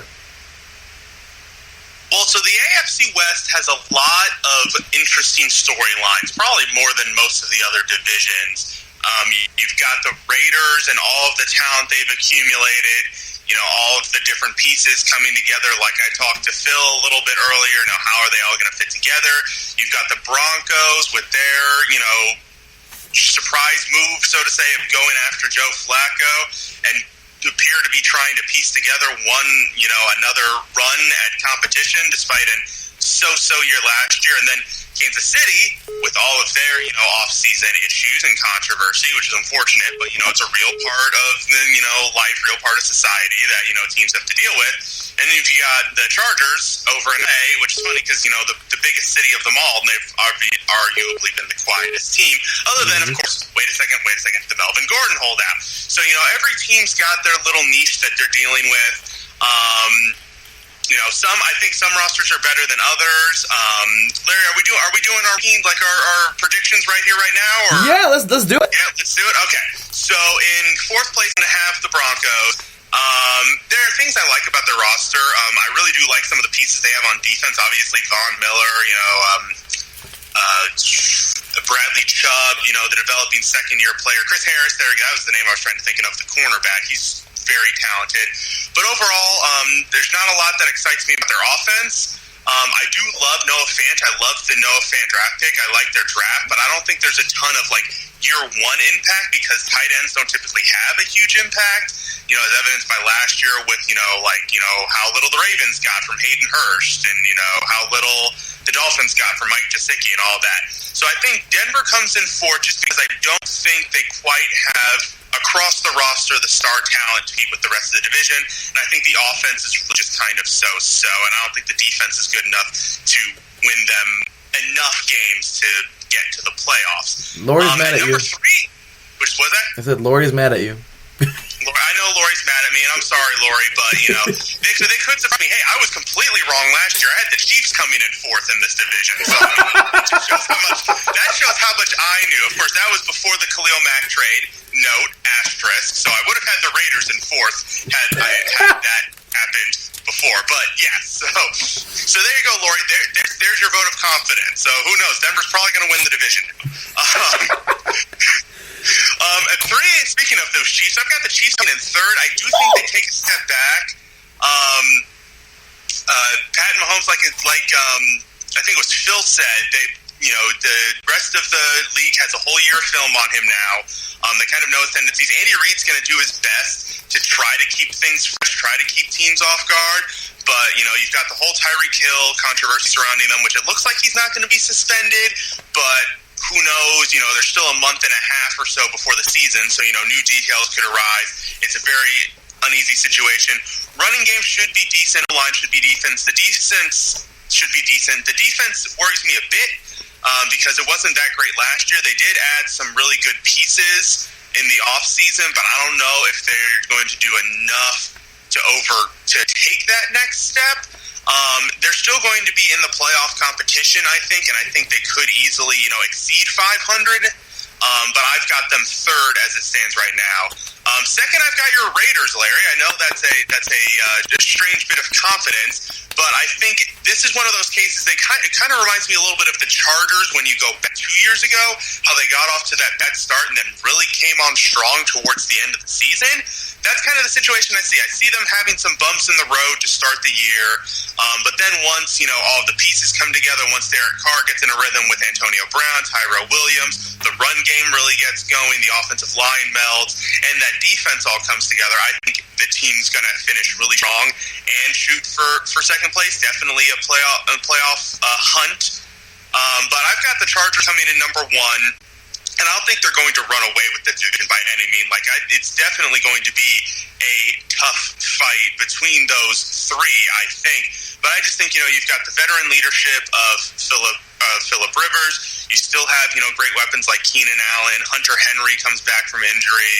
The offensive line should be solid. And the defense, I think, with the Bosa and Ingram on the edge, you've got Nasir Adderley, now the rookie, joining Derwin James. Jerry Tillery in the middle, just talent all over the defensive side, playmakers, not necessarily the deepest team, but I think in terms of star talent, playmakers, that'll be enough to get them over the hump. Oh my gosh, where's that applause button? I mean, wow, Mike Pat just went ahead and when you said Chiefs third, whoa. But hey, I understand. And again, like I said, last year, you saw how my rankings went last year, so who knows? I think I had the Broncos finishing second, the Raiders. Yeah, I think I had everything shifted up one, and then the Chiefs at the bottom. So who knows? I could be exactly off. I mean, that's big time right there, man. So okay, well, first things first, I gotta say I like it. Thank you for giving my Raiders second place. You're too kind, and I love it. You certainly have a very I like it. You seem to, high hopes for the Raiders. But with all that talent, how do you not? It's either deuce a year or bust. Not about Super Bowl, but at least a playoff run. Because you don't acquire all that talent and have a dang good draft and get John Gruden as your coach and get Mike Mayock as your GM and have a really, really interesting draft full of a ton of Clemson guys who are ready to rock and roll. I don't know. To me, you need to make the freaking playoffs. And if they don't, well, it's not necessarily bust. But, because you'll see where I have the Raiders. But as of right now, I just feel that, we're young and growing. I'll tell you what, right now, straight up, right now, we continue that. We have one more offseason like how we did. We get a couple more pieces. This time next year, no joke, Mike, mark my words, I am picking us to win the division and probably go with the freaking AFC Championship. I will be that confident in this team. This year, it's almost there, but I just don't see enough at the moment. And I think you're right about the Chargers and the Raiders. It's kind of, the Raiders look like the Chargers did 2 years ago. So, here we go. Let's start things off. So, once again, ladies and gentlemen, Mr. Mike Pat and his analysis of the AFC West. And I thought that was absolutely awesome. So, here we go. Okay, first things first, Lori, don't hate me, I'm sorry, but yes, the Broncos right now just have a lot of issues. They, as she said, the no-fly zone became the anyone-can-fly-in-here zone, and I don't think it's going to change too much. Kareem Jackson, great player back there. They're going to be pretty okay. In the secondary, they've gotten that a little better. The front seven's got some, gaps here and there, but of course, Von Miller being the beast that he is, great athlete. Okay, here's where things get kind of screwy. Offensive line, certainly, as I mentioned. I mean, Dalton Risner, this guy is a great athlete, and I can rave about him as much as I possibly want. But the fact of the matter is, he's a rookie, and he's a rookie playing in a very tough position. You can see rookie wide receivers shine sometimes because, well, they can get free. They can, you can see that in the skills. On the line, it's a little harder to be a shining rookie unless you are 100% crazy badass player. Okay. And I'm not trying to say that Dalton Risner isn't a crazy badass player, but guess what? He's got all the strength, and I'm sure he's got pretty good strength overall, but regardless, guys, he's got to get a little more, he's got to mature a little bit. He's going to be facing some nasty defensive linemen this year, and he's going to get better, but still, I think if he starts, and that's just if, he's got some growing to do. But regardless, the offensive line needs some help as a whole. We know that. So, Joe Flacco, I like him. You know what? Hey, he's been around the block. We know. But is this really going to work out? Is this going to be something where he goes over there? Sometimes you just need to change the scenery. Is he going to go on over there and shine? Or are we going to see, one of the youngsters step in? We saw, once again, we saw him pick up actual, a rookie this year. And, not trying to say anything bad about him. He's actually a really good quarterback. And I'm talking about Drew Lock out of Mizzou. But still, good player and good player overall. But anyway, when it comes down to talking about the Broncos, I want to give them a good, a really, really good, I want to be able to give them a good record, but this year I just kind of see them. I don't know. I like what Micah said, that this is the toughest division in the NFL, which I do disagree. But we are getting tougher. So the AFC West certainly getting tougher. I want to have the Broncos have at least a 7-9, but I'm not sure about that. I want to say 6-10 for right now. just because I forgot who are playing this year, the AFC West. But for right now, there's just a lot of growing to do. Noah Fant, as you said, Nike's got to come into his own, and who knows? We could be completely wrong. Hey, it's what it is. You put the Chiefs last year. Guess what? The Broncos might win it this year because that Broncos last. So saying who knows? But not necessarily because of that, but just because you guys get it. So anyway, with that said, I'm going to say 6-10. After that, we're going to go with my beloved Raiders. Why do I feel the Raiders are not good to be second or first place this year? Because we're growing. I, for the first time in a long time, can say something positive about this team and say that they are very... don't get me wrong, 2 years ago when we actually made that playoff run, great. But this year, I was pissed off once again with the Khalil and Farrell pick in the first round. But then again, I really thought about it. Phil talked to me. Really, it's true. And Mike Mayock even, he solidified it for me. Great player there. I thought there were some more defensive linemen that were, good there. I wanted, for sure, I wanted Ed Oliver. I thought Allen was great, but I really wanted Ed Oliver. But, they kind of talked me out of that. But, I'm not going to let that influence my thoughts on Ed Oliver. I think he's a great player. He's going to be great anywhere. I forgot where he went, but he went to Buffalo. So I think he's going to be great in Buffalo. But really, this is a team that's on the way. Got a lot of Clemson players, the corner, Trayvon, I forgot his last name. But we got some great players this year. Our free agency wasn't so bad. We look like a decent team. We look like a football team for the first time in a while. Derek Carr is our quarterback. Raider fans, shut up and stop saying that he's not. He's our guy, okay?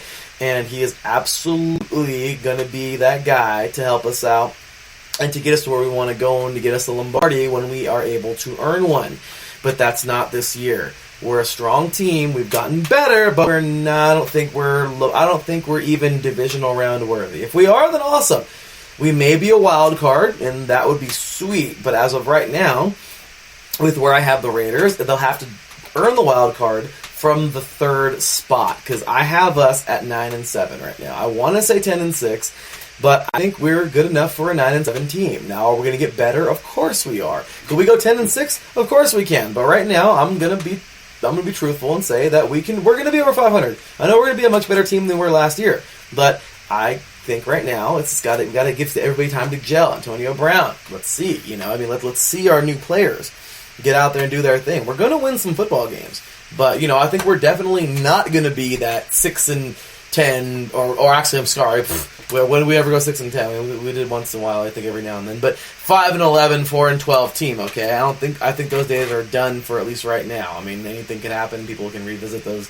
Teams can revisit that and rebuilding period and all that. But regardless, I think we're going to be a solid 9-7 team. Okay. After that, I completely agree with Mike. I think the Chiefs are going to take a little bit of a step backwards. They're a great football team. They are without a doubt a freaking great football team. There is so much talent on this team. It is incredible. But, yes, Andy Reid is a heck of a coach. He's going to start mixing things up. He's going to make things... The Chiefs are not going to not win double-digit games. I seriously think the Chiefs go 10-6 or 11-5 this year.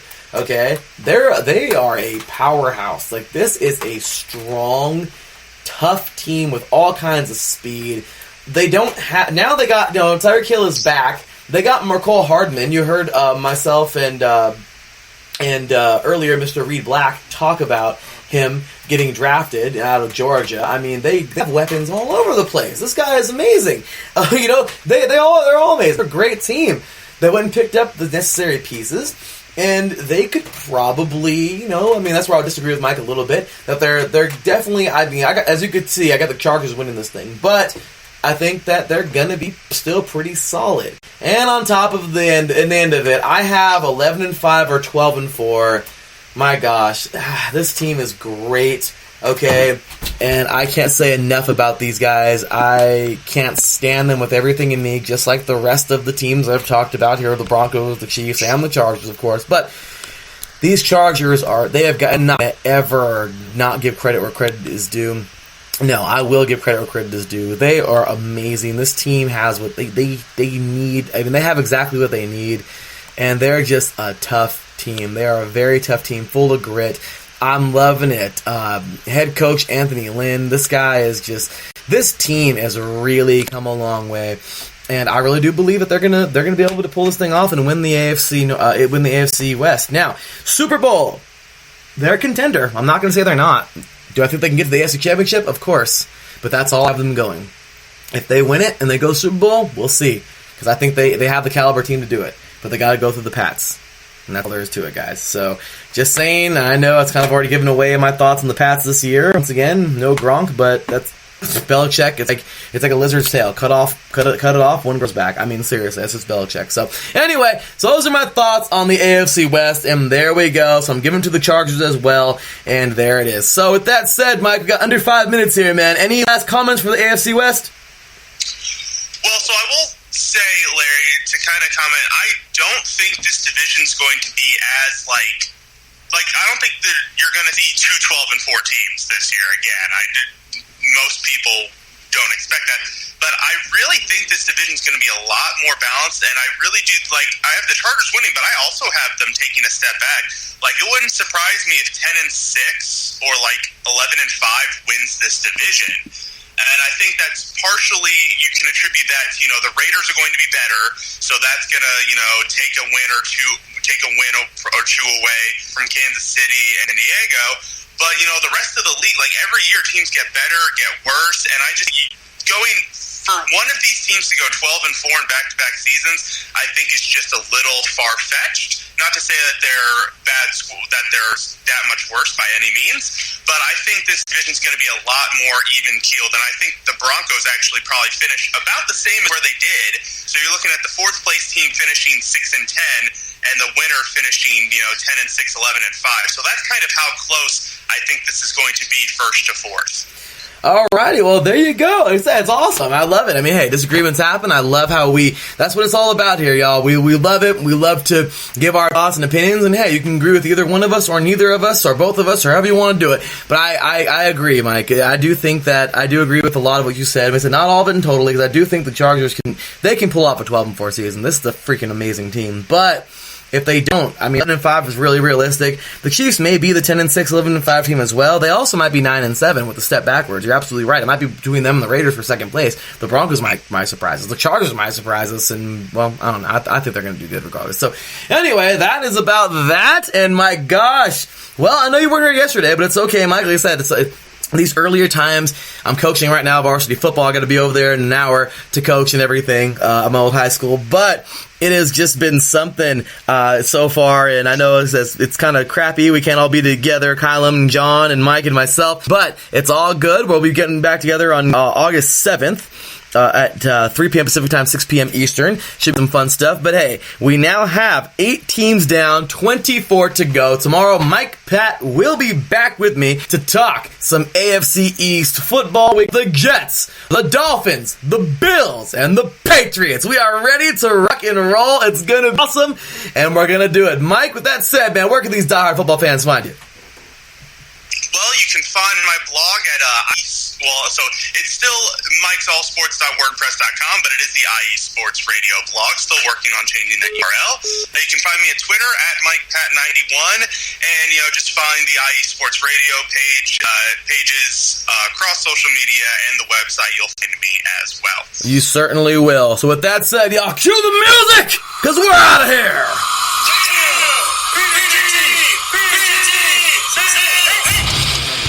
Here we go, y'all. It has been one heck of a show. Thank you to all of our guests for today. Once again, Mr. Reed Black, Miss Stephanie, Mr. Micah Farias, Mr. Phil Robin III, and Miss Lori Volkman.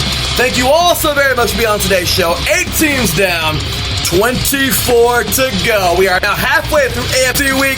Got the AFC East coming up tomorrow, and the AFC South coming up on Thursday, and then on to NFC week next week, and then the regular show starts on August 7th. Get some time for the preseason. Here we go, y'all. Let's get this going. Coming up tomorrow, AFC East. Hope you're ready. Let's do this. Once again, this is for Mike Pat and for me, your boy Larry B. Catch us next week. Find me on Twitter at @THE_LB53. And we'll see you tomorrow, y'all. Take care. And as always, God bless. For your next date night, or client breakfast. Whether you're heading to the airport or your anniversary. No matter the event, black is always in style. The all-new Uber Black now offers premium vehicles, highly rated professional drivers, and even the ability to request a quiet ride. Uber Black. Predictably premium. It's Universal! This is the wizarding world of Harry Potter. Running to Hogwarts, running to Hogwarts. Look, here comes Bumblebee and Optimus Prime. This is Transformers The Ride. Careful, here come the walkers. Hurry, they're after you. This is the Walking Dead attraction. This is incredible! This is amazing. This is Universal. Come join us at Universal Studios Hollywood and visit us online to get our California Neighbor Pass with over 175 days for only $149. Pass valid for 9 months from selected first visit date. Blackout dates and restrictions apply.